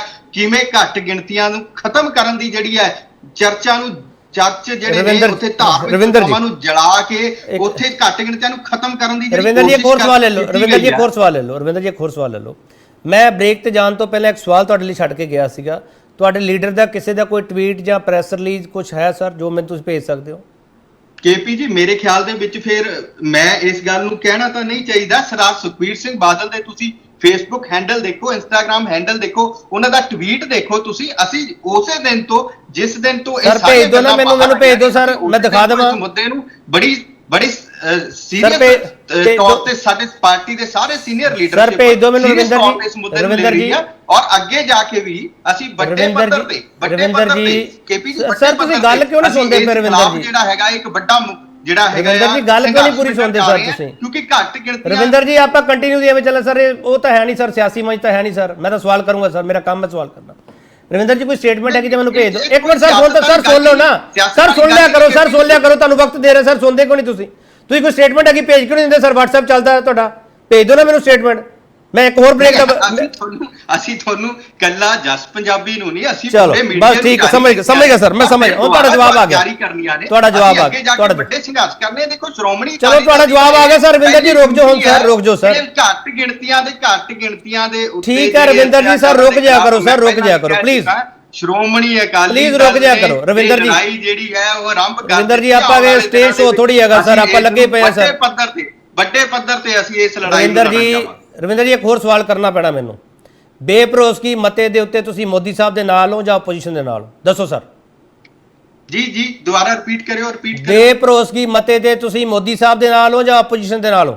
ਦੇਖੋ ਇੱਕ ਚੈਨਲ ਤੇ ਬੈਠ ਕੇ ਇਸ ਤਰੀਕੇ ਦੀ ਸਟੇਟਮੈਂਟ ਮੈਂ ਇਮੀਡੀਏਟਲੀ ਕੋਈ ਐਸੀ ਸਟੇਟਮੈਂਟ ਨਹੀਂ ਦੇ ਸਕਦਾ। ਇਹ ਪਾਰਟੀਆਂ ਦੇ ਮੁੱਦੇ ਹੁੰਦੇ ਨੇ। ਔਰ ਜਿੱਥੇ ਤੱਕ ਮੈਂ ਬਾਰ-ਬਾਰ ਦੇਖੋ ਮੇਰੀ ਰਿਕੁਐਸਟ ਹੈ, ਜਦੋਂ ਘੱਟ ਗਿਣਤੀਆਂ ਦਾ ਮੁੱਦਾ ਆਉਂਦਾ ਤਾਂ ਸ਼੍ਰੋਮਣੀ ਅਕਾਲੀ ਦਲ ਦਾ ਅੱਜ ਤੋਂ ਨਹੀਂ ਮੁੱਢ ਤੋਂ ਇੱਕੋ ਸਟੈਂਡ ਰਿਹਾ ਹੈ ਕਿ ਘੱਟ ਗਿਣਤੀਆਂ ਦੇ ਉੱਤੇ ਠੀਕ ਹੈ ਸਰ। ਰਵਿੰਦਰ ਜੀ ਤੁਹਾਡੀ ਸਟੇਟਮੈਂਟ ਆ ਗਈ ਸਰ, ਤੁਹਾਡੀ ਸਟੇਟਮੈਂਟ ਆ ਗਈ ਰਵਿੰਦਰ ਜੀ, ਤੁਹਾਡੀ ਸਟੇਟਮੈਂਟ ਰੱਖਿਆ ਵਾਸਤੇ ਜੋ ਵੀ ਵਾਹ ਲੱਗ ਸਕਦੀ ਹੈ। ਠੀਕ ਹੈ ਸਰ ਰਵਿੰਦਰ ਜੀ, ਤੁਹਾਡੀ ਸਟੇਟਮੈਂਟ ਆ ਗਈ। ਸਾਹਿਲ ਸਾਂਪਲਾ ਤੁਸੀਂ ਚਾਰੇ ਪਾਸਿਓਂ ਘਿਰੇ ਹੋਏ ਹੋ, ਕੀ ਦੋ ਸ਼ਬਦ ਜੇ ਮੋਦੀ ਸਾਹਿਬ ਉੱਥੇ ਬੋਲ ਦੇਣਗੇ ਸਦਨ ਵਿੱਚ, ਹੁੰਦਾ ਕੀ ਹੈ ਸਾਹਿਲ ਸਾਂਪਲਾ? ਕਿ ਤੁਸੀਂ ਚਾਹੁੰਦੇ ਹੋ ਕਿ ਸੰਸਦ ਦਾ ਕੰਮਕਾਜ ਠੱਪ ਰਵੇ, ਮੁੱਦਿਆਂ ਦੀ ਗੱਲ ਹੀ ਨਾ ਹੋਵੇ ਤੇ ਹੋਰ ਨਾ ਦੀ? ਕੇਪੀ ਜੀ, ਸੰਸਦ ਠੱਪ ਕਰਨਾ ਨਾ ਤਾਂ ਸਰਕਾਰ ਨੇ ਕਦੀ ਚਾਹਿਆ, ਨਾ ਬੀਜੇਪੀ ਦੀ, ਤੇ ਨਾ ਹੀ ਕਦੀ ਮਨਸ਼ਾ ਰਹੀ ਹੈ। ਕਿਉਂਕਿ ਸੰਸਦ ਨੂੰ ਠੱਪ ਕਰਨ ਦਾ ਕੰਮ ਤਾਂ ਉਹ ਲੋਕ ਕਰ ਰਹੇ ਨੇ ਜਿਹੜਾ ਸੰਸਦ ਦੇ ਵਿੱਚ ਹੁੜਦੰਗ ਮਚਾ ਰਿਹਾ। ਤੁਸੀਂ ਇਹ ਦੇਖੋ ਨਾ, ਸੰਸਦ ਦੇ ਵਿੱਚ ਕਰ ਕੀ ਰਹੇ ਪਿਛਲੇ ਤੁਸੀਂ ਕੁਝ ਦਿਨਾਂ ਤੋਂ ਦੇਖ ਰਹੇ ਆ। ਜੇ ਆਪਾਂ ਡਿਬੇਟ ਕਰਨੀ ਹੈ, ਕਿਸੇ ਮੁੱਦੇ ਤੇ ਗੱਲ ਕਰਨੀ ਹੈ, ਤੇ ਉਹ ਵੈਲ ਦੇ ਵਿੱਚ ਆ ਕੇ ਤਾਂ ਨਹੀਂ ਹੋਣਾ। ਉਹ ਆਪਣੀ ਸੀਟ ਤੇ ਤੁਸੀਂ ਆਪਣਾ ਸਵਾਲ ਚੁੱਕ ਸਕਦੇ ਹੋ, ਉੱਥੇ ਗੱਲ ਕਰਨਾ, ਮਤਲਬ ਇੱਕ ਤਰੀਕਾ ਹੁੰਦਾ ਗੱਲ ਕਰਨ ਦਾ। ਔਰ ਜਦੋਂ ਬੰਦੇ ਨੂੰ ਪਤਾ ਹੈ ਕਿ ਉਹਨੇ ਹੁੜਦੰਗ ਮਚਾਉਣਾ ਆ, ਉਹਨੇ ਸਿਰਫ ਮੀਡੀਆ 'ਚ ਜਾ ਕੇ ਇੱਕ ਹਾਈ ਪਰੇਡ ਕਰਨੀ ਹੈ ਜੀ, ਦੇਖੋ ਜੀ ਅਸੀਂ ਸੰਸਦ ਨੂੰ ਬੰਦ ਕਰਾਤਾ, ਅਸੀਂ ਬਾਹਰ ਆ ਗਏ, ਅਸੀਂ ਕੰਮ ਨਹੀਂ ਚੱਕੇ। ਸੋ ਸਰਕਾਰ ਕਦੀ ਨਹੀਂ ਚਾਹੁੰਦੀ ਕਿ ਉਹਨਾਂ ਦਾ ਕੰਮ ਠੱਪ ਹੋਵੇ। ਜੇ ਵਿਪਕਸ਼ ਚਾਹੁੰਦਾ ਹੈ ਉੱਥੇ ਡਿਬੇਟ ਹੋਵੇ, ਉਹਨੂੰ ਸਲੀਕੇ ਨਾਲ ਗੱਲ ਕੀਤੀ ਜਾ ਸਕਦੀ ਹੈ, ਨਾ ਕਿ ਹੁੜਦੰਗਬਾਜ਼ੀ ਕਰਕੇ। ਇਹ ਕੋਈ ਕਹਿ ਲਓ ਕਿ ਇਹ ਮੁਹੱਲਿਆਂ ਦੀ ਉਹ ਬਾਜ਼ਾਰ ਕੋਈ ਗੁੰਡਾ ਬਦਮਾਸ਼ਾਂ ਵਾਂਗੂ ਆਪਾਂ ਨਹੀਂ ਕਰ ਸਕਦੇ। ਦੂਜੀ ਗੱਲ ਤੁਸੀਂ ਕਹਿ ਰਹੇ ਮਣੀਪੁਰ ਦੇ ਵਿਸ਼ੇ ਦੇ ਉੱਪਰ, ਮਣੀਪੁਰ ਦੇ ਵਿਸ਼ੇ ਦੇ ਮੈਂ ਪੂਰਨ ਤੌਰ ਤੇ ਕਹਿ ਰਿਹਾ ਕਿ ਭਾਰਤੀ ਜਨਤਾ ਪਾਰਟੀ ਇਸ ਵਿਸ਼ੇ ਦੇ ਉੱਪਰ ਕਿਤੇ ਵੀ ਕਿਸੇ ਵੀ ਤਰ੍ਹਾਂ ਦੀ ਹਿੰਸਾ ਦੇ ਹੱਕ 'ਚ ਨਹੀਂ ਹੈ। ਔਰ ਮੈਂ ਬਾਰ-ਬਾਰ ਕਹਿ ਰਿਹਾ, ਇਹਨੂੰ ਹਿੰਦੂ ਕ੍ਰਿਸਚਨ ਦੇ ਵਿੱਚ ਨਾ ਵੰਡਿਆ ਜਾਵੇ, ਇਹ ਦੇਸ਼ ਦਾ ਮਸਲਾ। ਇਹਨੂੰ ਫੇਰ ਕਾਸਟਿਜ਼ਮ ਦੇ ਵਿੱਚ ਲਿਜਾਣ ਦੀ ਕੋਸ਼ਿਸ਼ ਕਰਦੇ, ਜਦੋਂ ਮੇਰੇ ਕਾਂਗਰਸ ਦੇ ਪ੍ਰਵਕਤਾ ਫਿਰ ਉਹਨੂੰ ਇੱਕ ਕ੍ਰਿਸਚਨ ਔਰ ਹਿੰਦੂ ਹੈ ਉਹ ਮਿਨੋਰਟੀ, ਇਹਨੂੰ ਕਰਨ ਦੀ ਕੋਸ਼ਿਸ਼ ਨੇ। ਇਹੋ ਜਿਹੀਆਂ ਗੱਲਾਂ ਕਰਕੇ ਤਾਂ ਗੱਲ ਬਦਲ ਰਹੀ ਹੈ। ਠੀਕ ਹੈ ਸਰ, ਠੀਕ ਹੈ, ਉਹਨਾਂ ਦੇ ਟ੍ਰਾਈਬਸ ਨੇ, ਕੁਕੀ ਨੇ, ਮੈਥਈ ਨੇ, ਨਾਗਾ ਨੇ, ਉਹਨਾਂ ਦੇ ਲੋਕਲ ਟ੍ਰਾਈਬਸ ਨੇ, ਲੋਕਲ ਇਸ਼ੂ ਬਹੁਤ ਸਾਰੇ ਹੋ ਸਕਦੇ ਸ਼ਾਇਦ ਜਿਹੜੇ ਪੰਜਾਬ ਦੇ ਸਾਨੂੰ ਬੈਠੇ ਲੋਕਾਂ ਨੂੰ ਨਾ ਪਤਾ ਹੋਵੇ, ਪਰ ਇਹਨੂੰ ਹਿੰਦੂ ਕ੍ਰਿਸਚਨ 'ਚ ਨਾ ਵੰਡਿਆ ਜਾਵੇ। ਮੈਂ ਬਾਰ-ਬਾਰ ਬੇਨਤੀ ਕਰਦਾ ਕਾਂਗਰਸ ਦੇ ਪ੍ਰਵਕਤਾ। ਠੀਕ। ਹਾਂ ਨਵੀਨ ਜੀ ਬੋਲੋ। ਜੀ ਪਹਿਲੇ ਤਾਂ ਮੈਂ ਇਹਨਾਂ ਦੀ ਇसी ਗੱਲ ਦਾ ਜਵਾਬ ਦੇਦਾ, ਜਿਹੜਾ ਹਿੰਦੂ ਕ੍ਰਿਸਚਨ ਕਹਿ ਰਹੇ ਨੇ, ਇਹਨਾਂ ਕੋ ਪੁੱਛੋ ਸੀਐਮ ਕੌਣ ਹੈ ਤੁਹਾਡਾ? ਬੀਜੇਪੀ ਦਾ ਸੀਐਮ ਹੈ ਨਾ। ਉੱਥੇ ਰਾਈਫਲਾਂ ਲੁੱਟ ਗਈਆਂ, ਉੱਥੇ ਕਾਰਤੂਸ ਲੁੱਟ ਗਏ, ਉੱਥੇ ਮਸ਼ੀਨ ਗਨਾਂ ਲੁੱਟ ਗਈਆਂ। ਡੀਜੀਪੀ ਕਰਤਾ ਤੁਸੀਂ ਟਰਮੀਨੇਟ? ਡੀਜੀਪੀ ਕਰਤਾ ਤੁਸੀਂ ਟਰਮੀਨੇਟ? ਜਿਹੜਾ ਤੁਸੀਂ ਪੁਲਿਸ ਵਾਲਾ ਹੈ ਉੱਥੇ ਦਾ ਹਿੰਦੂ ਐਕਟਿਵਿਸਟ ਹੈ ਬਿਰੇਨ ਸਿੰਘ, ਉਹਦੀ ਸਟੇਟਮੈਂਟ ਹੈ ਕਰਨ ਥਾਪਰ ਨੂੰ ਵਾਰ ਦੇ ਉੱਤੇ। ਉਹ ਕਹਿੰਦਾ ਕਿ ਅਸੀਂ ਪੂਰਾ ਕੁਕੀਜ਼ ਉੱਥੋਂ ਵਾਈਪ ਆਊਟ ਕਰ ਦਾਂਗੇ, ਸਾਡੇ ਉੱਤੇ ਪੂਰਾ ਹੱਥ ਹੈ। ਤੁਸੀਂ ਪੜ੍ਹ ਸਕਦੇ ਹੋ ਜਾ ਕੇ, ਵਾਰ ਤੇ ਕਰਨ ਥਾਪਰ ਦਾ ਇੰਟਰਵਿਊ ਦੇਖ ਸਕਦੇ ਹੋ। ਤੁਸੀਂ ਕਹਿ ਰਹੇ ਹੋ, ਤੁਸੀਂ ਕਹਿੰਦੇ ਅਸੀਂ ਵਿਸ਼ਵ ਗੁਰੂ ਹੈ, 78 ਦਿਨ ਹੋ ਗਏ ਉੱਥੇ ਕਤਲੋਗਾਰਤ ਹੋ ਰਹੀ ਹੈ, ਤੁਸੀਂ ਕਹਿੰਦੇ ਉਹਨੂੰ ਹਿੰਦੂ ਔਰ ਕ੍ਰਿਸਚਨ ਨਾ ਕਰੋ। ਜੇ ਉੱਥੇ ਕੋਈ ਹਿੰਦੂ ਕ੍ਰਿਸਚਨ ਨਾ ਕਰੋ ਤਾਂ ਤੁਸੀਂ ਰੋਕਿਆ ਕਿਉਂ ਨਹੀਂ ਉੱਥੇ ਫਿਰ 78 ਦਿਨ? ਸੀਐਮ ਵੀ ਅੱਜ ਵੀ ਉੱਥੇ ਵਿਰਾਜਮਾਨ ਹੈ। ਸੀਐਮ ਹਟ ਗਿਆ ਤੁਹਾਡਾ ਉੱਥੇ, ਕਿਆ ਉਹ ਵੀ ਜ਼ਿੰਮੇਵਾਰ ਨਹੀਂ? ਤੁਸੀਂ ਉਹਨੂੰ ਹਟਾਇਆ ਉੱਥੋਂ? ਗਵਰਨਰ ਨੂੰ ਹਟਾਤਾ? ਨਹੀਂ ਹਟਾਇਆ। ਹੋਮ ਮਿਨਿਸਟਰ 3 ਵਾਰ ਗਿਆ, ਉਹਦਾ ਰਿਜ਼ਾਈਨ ਲੈ ਲਿਆ? ਨਹੀਂ ਲਿੱਤਾ। ਮੈਂ ਤੇ ਸਰ ਜੇਪੀ ਜੀ ਹੋਰ ਗੱਲ ਕਰਨਾ ਚਾਹੁੰਦਾ, ਐਸੇ ਬੰਦੇ ਕੋਲੋਂ, ਐਸੇ ਪ੍ਰਧਾਨ ਮੰਤਰੀ ਕੋਲੋਂ ਅਸੀਂ 2 ਸ਼ਬਦ ਵੀ ਉਨ ਬੱਚੀਆਂ ਵਾਸਤੇ ਕਿਉਂ ਸੁਣਨੇ, ਜਿਹਦੇ ਅੰਦਰੋਂ ਦਿਲ ਤੋਂ ਹੀ ਭਾਵਨਾ ਨਹੀਂ ਹੈ ਭਾਰਤ ਦੀ ਜਨਤਾ ਦੇ ਪ੍ਰਤੀ, ਜਿਹੜਾ ਸਮਝਦਾ ਹੈ ਉਹਨਾਂ ਨੂੰ ਕੀੜਾ ਮਕੋੜਾ ਹੈ। ਉਹ 2 ਸ਼ਬਦ ਕਿਹਾ ਨਵੀਨ ਜੀ ਇੱਕ ਮਿੰਟ, ਮੈਂ ਤੁਹਾਡਾ ਸਵਾਲ ਹੀ ਅੱਗੇ ਵਧਾ। ਨਵੀਨ ਜੀ, ਜੋ ਗ੍ਰਹਿ ਮੰਤਰੀ ਉੱਥੇ ਸਟੇਟਮੈਂਟ ਦੇਣ ਨੂੰ ਤਿਆਰ ਹੈ, ਚਰਚਾ ਲਈ ਤਿਆਰ ਹੈ, ਫਿਰ ਸਰ ਤੁਸੀਂ ਇਹ ਸਾਡੀ 'ਚ ਕਿਉਂ ਪਏ ਹੋ ਕਿ ਪ੍ਰਧਾਨ ਮੰਤਰੀ ਜ਼ਰੂਰ ਬੋਲਣ? ਸਰ ਮੈਂ ਗੱਲ ਹੋਰ ਕਹਿ ਰਿਹਾ, ਮੈਨੂੰ ਗ੍ਰਹਿ ਮੰਤਰੀ ਵੀ ਨਾ ਦੇ ਸਰ ਸਟੇਟਮੈਂਟ। ਮੈਂ ਪੁੱਛਣਾ ਚਾਹੁੰਦਾ, ਜਦੋਂ ਇਹਨਾਂ ਦੇ ਦਿਲ 'ਚ ਭਾਵਨਾ ਨਹੀਂ ਹੈ ਭਾਰਤ ਦੇ ਜਨਤਾ ਦੇ ਪ੍ਰਤੀ, ਤੇ ਅਸੀਂ ਸਮਝਣਾ ਐਸੀ ਸਟੇਟਮੈਂਟ ਦਾ ਕੀ ਕਰਨਾ ਹੈ? ਉਹ ਬੱਚੀਆਂ ਦਾ ਵੀ ਤਿਰਸਕਾਰ ਹੈ ਜਿਹੜੀਆਂ ਉੱਥੇ ਫਨਾਹ ਹੋ ਗਈਆਂ, ਜਾਂ ਜਿਹੜੀਆਂ ਇੱਕ ਮੌਬ ਲਿੰਚਿੰਗ ਦੇ ਅੰਦਰ ਖਤਮ ਹੋ ਗਈਆਂ। ਬਾਕੀ ਰਹਿ ਗਈ ਗੱਲ, ਇਹਨਾਂ ਨੂੰ ਕੋਈ ਸਮਝਣਾ ਨਹੀਂ ਹੈ। ਜਿਹੜੀ ਅਸੀਂ ਗੱਲ ਕਰ ਰਹੇ ਇਹਨਾਂ ਕੋਲ ਪੁੱਛੋ ਵੀ 78 ਦਿਨ ਕੀ ਸੁੱਤੇ ਹੋ ਸੀ, ਇੱਥੇ ਵੀਡੀਓ ਵਾਇਰਲ ਹੋ ਗਿਆ, ਨਹੀਂ ਤੇ ਇਹਨਾਂ ਨੇ ਸਾਰੇ ਕੇਸ ਦਬਾ ਦੇਣੇ ਸੀ ਉੱਥੇ। ਚਲ ਇਹ ਜਿਹੜਾ ਵੀਡੀਓ ਵਾਇਰਲ ਹੋ ਗਿਆ, ਨਹੀਂ ਤੇ ਇਹਨਾਂ ਨੇ ਸਾਰੇ ਕੇਸ ਦਬਾ ਦੇਣੇ ਸੀ। ਠੀਕ ਹੈ ਨਵੀਨ, ਇੱਕ ਮਿੰਟ ਮੇਰਾ ਇੱਕ ਪ੍ਰਸ਼ਨ। ਹੈਲੋ, ਹਾਂਜੀ ਬੋਲੋ ਫਟਾਫਟ। ਹੋਰ ਪ੍ਰਸ਼ਨ ਹੈ ਸਰ, ਸਾਡਾ ਪੰਜਾਬ ਦਾ ਮੀਡੀਆ, ਮੈਂ ਉਹਨੂੰ ਸ਼ਾਬਾਸ਼ੀ ਦਾਂਗਾ ਕਿ ਪੰਜਾਬ ਦੇ ਮੀਡੀਆ ਨੇ ਜਿੰਨੀ ਸੰਜੀਦਗੀ ਦਿਖਾਈ ਹੈ ਇਸ ਮੁੱਦੇ ਦੇ ਉੱਤੇ, ਮਣੀਪੁਰ ਦੇ ਉੱਤੇ ਡਿਬੇਟ ਦੇ ਉੱਤੇ, ਕਿਸੇ ਵੀ ਚੈਨਲ ਤੇ, ਮੈਂ ਬਹੁਤ ਚੈਨਲ ਤੇ ਡਿਬੇਟ ਕੀਤੀ ਹੈ, ਪਰ ਜਿਹੜਾ ਇਹਨਾਂ ਦਾ ਗੋਦੀ ਮੀਡੀਆ, ਉੱਥੇ ਮੈਂ ਉਹਦੀ ਸਕਰੋਲ ਕੀਤਾ ਜਿਸ ਦਿਨ ਵੀਡੀਓ ਆਈ ਸੀ, ਜਿਸ ਦਿਨ ਮੈਂ ਸਕਰੋਲ ਕੀਤਾ, ਤੁਸੀਂ ਹੈਰਾਨ ਹੋ ਜਾਓਗੇ। ਨਿਊਜ਼ ਦੀ ਸੀਮਾ ਹੈਦਰ, ਕੋਈ ਕੀ ਪ੍ਰਾਈਮ ਟਾਈਮ ਤੋਂ ਦੀ ਨਿਊਜ਼ ਚੱਲ ਰਹੀ ਹੈ। ਦੇਸ਼ ਦੀ ਜਨਤਾ ਨੂੰ ਮੂਰਖ ਬਣਾਇਆ ਜਾ ਰਿਹਾ, ਜਿਹੜੀ ਚੀਜ਼ ਦੇਸ਼ ਦੇ ਅੰਦਰ ਹੈ ਉਹਨੂੰ ਦਿਖਾਇਆ ਨਹੀਂ ਜਾ ਰਿਹਾ। ਚਲੋ ਹੁਣ ਰੁਕ ਜਾਓ, ਠੀਕ ਹੁਣ ਰੁਕ ਜਾਓ। ਹਾਂ ਮਿਸਟਰ ਕਮਲਜੀਤ ਬੋਲੋ। ਆਦੀ ਆਵਾਜ਼ ਖੋਲੋ ਕਮਲ ਜੀ, ਤੁਸੀਂ ਆਪਦੀ ਆਵਾਜ਼ ਆਪ ਹੀ ਬੰਦ ਕਰ ਲੈਂਦੇ ਹੋ। ਮੈਂ 2 ਨੁਕਤੇ ਕਹਿਣਾ ਚਾਹਨਾ। ਬੋਲੋ। ਨੰਬਰ 1, ਕਿ ਜਿਹੜਾ ਬਿਆਨ ਦਾ ਸਵਾਲ ਹੈ, ਜੇ ਪ੍ਰਧਾਨ ਮੰਤਰੀ ਇਸ ਵਿਸ਼ੇ ਦੇ ਉੱਤੇ, ਇਸ ਸੰਗੀਨ ਮਾਮਲੇ ਤੇ ਜਿਹੜਾ 78 ਦਿਨ ਤੋਂ ਵਾਇਲੈਂਸ ਚੱਲ ਰਹੀ ਹੈ, ਉਹਦੇ ਤੇ ਕੰਪਲੀਟ ਵਾਇਲੈਂਸ ਦੇ ਉੱਤੇ ਬਿਆਨ ਨਹੀਂ ਦੇ ਸਕਦੇ, ਤਾਂ ਫਿਰ ਉਹਨਾਂ ਦੇ ਮਨ ਦੀ ਗੱਲ ਜਿਹੜੀ ਹੈਗੀ ਹੈ, ਉਹ ਦੇਸ਼ ਜਿਹੜਾ ਲਗਾਤਾਰ ਹਰ ਵਾਰ ਉਹਨਾਂ ਨੂੰ ਸੁਣਨੀ ਪੈਂਦੀ ਹੈ ਸਕੂਲੀ ਬੱਚਿਆਂ ਨੂੰ ਇਕੱਠੇ ਕਰਕੇ, ਇੱਕ ਤਾਂ ਉਹ ਬੰਦ ਕਰ ਦਿੱਤੀ ਜਾਵੇ। ਜੇ ਉਹ ਕੰਮ ਦੀ ਗੱਲ ਨਹੀਂ ਕਰ ਸਕਦੇ ਤਾਂ ਫਿਰ ਮਨ ਦੀ ਗੱਲ ਕਰਨੀ ਬਿਲਕੁਲ ਬੰਦ ਕਰ ਦੇਣ। ਨੰਬਰ 2, ਜਿਹੜਾ ਸਵਾਲ ਉਹਨਾਂ ਦੀ ਸਰਕਾਰ ਦੀ, ਗਵਰਨਰ ਦੀ, ਜਿਹੜਾ ਗਵਰਨਰ ਰਾਜ ਲਾਗੂ ਕਰਨ ਦਾ ਸਵਾਲ ਹੈ, ਮੈਨੂੰ ਲੱਗਦਾ ਸਥਿਤੀ ਇਦੋਂ ਅਗਲੀ ਲੰਘ ਚੁੱਕੀ ਹੈ ਕਿ ਅਗਲਾ ਲਾਲਾ ਜੀ ਕਹਿੰਦੇ ਵੀ ਹੱਟ ਤੇ ਨਾ ਚੜੀ, ਅਸੀਂ ਕਹਿੰਦੇ ਘੱਟ ਨਾ ਤੋਲੀ, ਵੀ ਉਹ ਬਿਆਨ ਤੱਕ ਦੇਣ ਨੂੰ ਤਿਆਰ ਨਹੀਂ, ਉਹ ਆਪਣੇ ਸੀਐਮ ਦਾ ਅਸਤੀਫਾ ਤੱਕ ਲੈਣ ਨੂੰ ਤਿਆਰ ਨਹੀਂ, ਹੋਮ ਮਿਨਿਸਟਰ ਦਾ ਬਿਆਨ ਨਹੀਂ ਚਾਹੀਦਾ, ਹੋਮ ਮਿਨਿਸਟਰ ਦਾ ਤਾਂ ਇਸ ਹਾਲਤ ਦੇ ਵਿੱਚ ਅਸਤੀਫਾ ਆ ਜਾਣਾ ਚਾਹੀਦਾ ਸੀਗਾ ਜੇ ਸ਼ਰਮ ਹੁੰਦੀ ਮਾੜੀ ਮੋਟੀ। ਜੇ ਕੋਈ ਰਾਜਨੀਤਿਕ ਕਮਲਜੀਤ ਮੈਨੂੰ ਇੱਕ ਚੀਜ਼ ਦੱਸੋ, ਕਮਲਜੀਤ ਮੈਂ ਤੁਹਾਡੀ ਗੱਲ ਮੰਨ ਲਈ।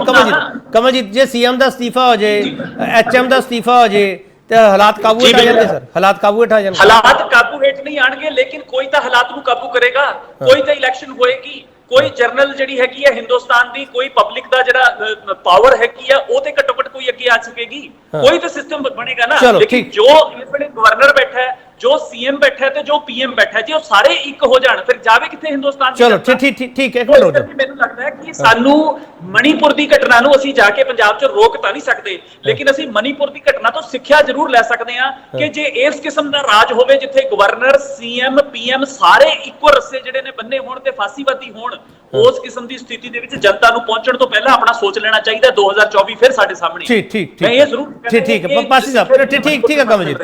ਪਾਸੀ ਸਾਹਿਬ ਕੁੱਲ ਮਿਲਾ ਕੇ ਲੱਗਦਾ ਪਿਆ ਨਿਸ਼ਾਨਾ ਸਾਰਿਆਂ ਦਾ 2024 ਹੈ, ਮਣੀਪੁਰ ਦੇ ਉੱਤੇ ਕੋਈ ਸੰਜੀਦਗੀ ਨਹੀਂ ਹੈਗੀ ਮੈਨੂੰ ਲੱਗਦਾ। ਨਹੀਂ ਕੇਪੀ ਜੀ, ਨਿਸ਼ਾਨਾ 2024 ਨਹੀਂ, ਨਿਸ਼ਾਨਾ ਇਨਸਾਨੀਅਤ ਹੈ, ਨਿਸ਼ਾਨਾ ਦੇਸ਼ ਦੀ ਏਕਤਾ ਔਰ ਅਖੰਡਤਾ। ਇਹ ਘਟਨਾ 4 ਮਈ ਦੀ ਹੈ, 18 ਮਈ ਨੂੰ ਪੁਲਿਸ ਨੂੰ ਰਿਪੋਰਟ ਹੁੰਦੀ ਹੈ, 21 ਤਰੀਕ ਨੂੰ FIR ਹੁੰਦੀ ਹੈ। ਜਦੋਂ ਤੱਕ ਸੁਪਰੀਮ ਕੋਰਟ ਝਾੜ ਨਹੀਂ ਮਾਰਦਾ ਉਦੋਂ ਤੱਕ ਨਾ ਮੋਦੀ ਜੀ ਦਾ ਕੋਈ ਬਿਆਨ ਆਉਂਦਾ ਹੈ, ਨਾ ਕੋਈ ਗ੍ਰਿਫਤਾਰੀ ਹੁੰਦੀ ਹੈ। ਉਸ ਤੋਂ ਪਹਿਲਾਂ ਕੋਈ ਗ੍ਰਿਫਤਾਰੀ ਨਹੀਂ ਹੁੰਦੀ। ਇੱਕ ਮੈਂ ਤੁਹਾਨੂੰ ਇੱਕ ਬਹੁਤ ਅਹਿਮ ਤੱਥ ਦੱਸਣ ਲੱਗਿਆ ਕੇਪੀ ਜੀ, ਪਲੀਜ਼ ਮੈਨੂੰ ਇਹਨਾਂ ਨੂੰ ਕਿਉਂ ਇੰਟਰਪਟ ਨਾ ਕਰਨ। 26 ਜੁਲਾਈ 2023 ਦਾ ਪੰਜਾਬੀ ਟ੍ਰਿਬਿਊਨ ਦਾ ਪੇਜ ਨੰਬਰ 6 ਤੇ ਆਰਟੀਕਲ ਛਪਿਆ। ਮੈਂ 2 ਲਾਈਨਾਂ ਪੜ੍ਹ ਕੇ ਸੁਣਾਉਣ ਲੱਗਿਆ ਜੋ ਹਾਲਤ ਦੇਖੋ ਮਣੀਪੁਰ ਦੀ ਕੀ ਹੋਈ ਹੈ ਕਿ ਇੱਕ ਤੱਥ ਖੋਜ ਟੀਮ ਨੇ ਜੂਨ 2023 ਦੇ ਅੰਤ ਵਿੱਚ ਮਣੀਪੁਰ ਦਾ ਦੌਰਾ ਕੀਤਾ ਅਤੇ ਹਿੰਸਾ ਬਾਰੇ ਜਾਣਕਾਰੀ ਦਿੱਤੀ।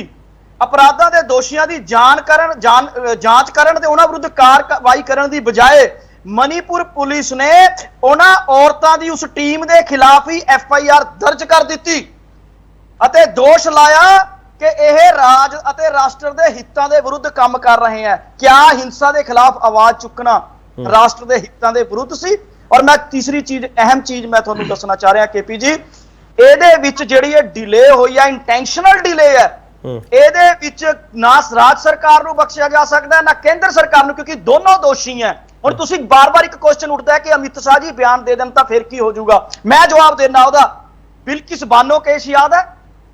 ਬਿਲਕਿਸ ਬਾਨੋ ਕੇਸ ਦੇ ਵਿੱਚ 7 ਮੈਂਬਰਾਂ ਦੀ ਹੱਤਿਆ ਹੋਈ ਸੀ। ਬਿਲਕਿਸ ਬਾਨੋ ਕਹਿੰਦੀ ਸੀ ਮੇਰੇ ਨਾਲ ਰੇਪ ਹੋਇਆ, 11 ਬੰਦਿਆਂ ਨੂੰ ਉਮਰ ਕੈਦ ਹੋਈ ਸੀ ਔਰ ਗੁਜਰਾਤ ਦੀ ਸਰਕਾਰ ਨੇ ਉਹਨਾਂ ਨੂੰ ਰੈਮਿਸ਼ਨ ਦਿੱਤੀ ਹੈ। ਸੰਜੀਵ ਵਸਿਸ਼ਟ ਯਾਦ ਹੈ, ਜਿਨ੍ਹਾਂ ਨੇ ਸਤੰਬਰ 2015 ਦੇ ਵਿੱਚ ਸੁਪਰੀਮ ਕੋਰਟ ਦੇ ਵਿੱਚ ਕਿਹਾ ਸੀ ਕਿ ਕੌਣ ਸੀ ਲੀਡਰ ਉਹਨਾਂ ਦੇ ਪਿੱਛੇ। ਔਰ ਚੌਥੀ ਚੀਜ਼, ਇਹੀ ਅਮਿਤ ਸ਼ਾਹ ਜੀ ਕਹਿੰਦੇ ਆ 10 ਦਿਨ ਮਣੀਪੁਰ ਬੈਠੇ ਰਹੇ, ਇਹਨਾਂ ਤੋਂ ਕੰਟਰੋਲ ਤਾਂ ਹੋਇਆ ਨਾ ਫਿਰ।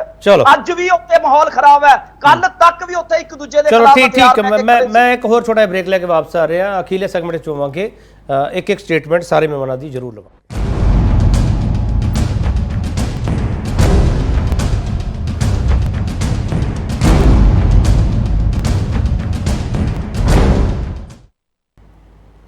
ਮੁੜ ਤੋਂ ਤੁਹਾਡਾ ਸਵਾਗਤ ਕਰਦੇ ਹਾਂ ਤੇ ਵੱਡਾ ਸਵਾਲ ਅਸੀਂ ਇਹ ਪੁੱਛ ਰਹੇ ਮਣੀਪੁਰ ਹਿੰਸਾ ਤੇ ਸੜਕ ਤੋਂ ਸੰਸਦ ਤੱਕ ਸੰਗਰਾਮ ਵਿਚਾਲੇ ਸਿਆਸਤ ਦਾ ਏਜੰਡਾ ਕੀ ਹੈ। ਸੱਭਰਵਾਲ ਸਾਹਿਬ, ਇੱਕ ਆਖਰੀ ਸਟੇਟਮੈਂਟ ਚਾਹੀਦੀ ਹੈ ਸਰ ਤੁਹਾਡੀ, ਕਿਰਪਾ ਕਰਕੇ 30 ਸੈਕਿੰਡ ਵਿੱਚ ਕੰਪਲੀਟ ਕਰਿਓ, ਮੇਰੇ ਕੋਲ ਵਕਤ ਇੰਨਾ ਹੀ ਹੈ। ਸੱਭਰਵਾਲ ਸਾਹਿਬ, ਰਾਹੁਲ ਗਾਂਧੀ ਕਹਿ ਰਹੇ ਹੋ ਕਿਸੇ ਵੀ ਸੂਬੇ ਨੂੰ ਸਾੜ ਸਕਦੇ। ਜਦੋਂ ਸਰ ਪੰਜਾਬ ਦਾ ਜ਼ਿਕਰ ਕਰਦੇ ਆ, ਪੰਜਾਬ ਦੇ ਲੋਕ ਇਹ ਕਹਿਣ ਲੱਗ ਪਏ ਆ ਕਹਿੰਦੇ ਪੰਜਾਬੀਆਂ ਤੁਸੀਂ ਇੰਨਾ ਕਮਜ਼ੋਰ ਸਮਝ ਲਿਆ ਕਿ ਤੁਸੀਂ 1 ਮਿੰਟ ਚ ਕਹਿ ਤੱਕ ਪੰਜਾਬ ਨੂੰ ਵੀ ਸਾੜ ਸਕਦੇ ਆ। ਸੱਭਰਵਾਲ ਸਾਹਿਬ ਜੀ ਰਾਹੁਲ ਜੀ ਦਾ ਕਹਿਣ ਦਾ ਮਤਲਬ ਸੀ ਕਿ ਜਿੱਥੇ ਮਿਨੋਰਿਟੀਜ਼ ਹੈਗੀ ਹੈ ਉੱਥੇ ਕੁਝ ਵੀ ਹੋ ਸਕਦਾ ਹੈ। ਉਹਨਾਂ ਦਾ ਕਹਿਣ ਦਾ ਇਹ ਮਤਲਬ ਹੈਗਾ ਸੀ, ਪਰ ਉਹਦੇ ਦੋ ਮਤਲਬ ਨਿਕਲਦੇ ਆ ਸੱਭਰਵਾਲ ਸਾਹਿਬ। ਉਹਦੇ ਇੱਕ ਮਤਲਬ ਇਹ ਨਿਕਲਦਾ ਕਿ ਸੂਬੇ ਦੀ ਸਰਕਾਰ ਹੈ ਉਹ ਸਮਰੱਥ ਨਹੀਂ ਹੈਗੀ, ਦੂਜਾ ਮਤਲਬ ਇਹ ਨਿਕਲਦਾ ਕਿ ਸਾਡਾ ਸਮਾਜਿਕ ਭਾਈਚਾਰਾ ਕੋਈ ਵੀ ਤੋੜ ਸਕਦਾ। ਨਹੀਂ, ਮੈਂ ਦੇਖੋ ਜੋ ਰਾਹੁਲ ਜੀ ਨੇ ਸਟੇਟਮੈਂਟ ਦਿੱਤੀ ਹੈ ਮੈਂ ਉਹਦਾ ਹੀ ਤੁਹਾਨੂੰ ਖੁਲਾਸਾ ਕਰ ਰਿਹਾ ਕਿ ਉਹ ਇਹ ਕਹਿਣਾ ਚਾਹ ਰਿਹਾ ਕਿ ਜਿਹੜੀ ਇਹਨਾਂ ਦੀ ਵਿਚਾਰਧਾਰਾ ਹੈ ਇਹ ਬੇਸਿਕਲੀ ਇਹਨਾਂ ਦੀ ਰੰਗਾ ਸਿਆਰ ਵਾਲੀ ਵਿਚਾਰਧਾਰਾ ਹੈ ਜਿਹੜੀ ਲੋਕਾਂ ਦੇ ਸਾਹਮਣੇ ਕਲਈ ਖੁੱਲ ਚੁੱਕੀ ਹੈ। ਉਹਨਾਂ ਦਾ ਕਹਿਣ ਦਾ ਮਤਲਬ ਹੈ ਕਿ ਸਿਰਫ ਵੋਟਸ ਲੈਣੇ, ਰਾਜਨੀਤੀ ਇਹਨਾਂ ਦੇ ਵਾਸਤੇ ਸਿਰਫ ਸੱਤਾ ਲੈਣਾ ਹੈ, ਇਹਨਾਂ ਦੀ ਕੁਝ ਸੇਵਾ ਨਹੀਂ ਹੈ, ਇਹਨਾਂ ਨੇ ਸਿਰਫ ਸੱਤਾ ਲੈਣੀ ਹੈ। ਮੈਂ ਇਹਦੇ 'ਚ ਇੱਕ ਚੀਜ਼ ਜੋੜਨਾ ਚਾਹੁੰਦਾ, ਇਹ ਕਹਿੰਦੇ ਜੀ ਪਾਰਲੀਮੈਂਟ ਵੀ ਕਿੱਥੇ ਬੋਲਣ ਦੀ ਜਗ੍ਹਾ ਨਹੀਂ, ਵੀ ਐਵੇਂ ਉੱਚਾ ਬੋਲਣ ਦੀ।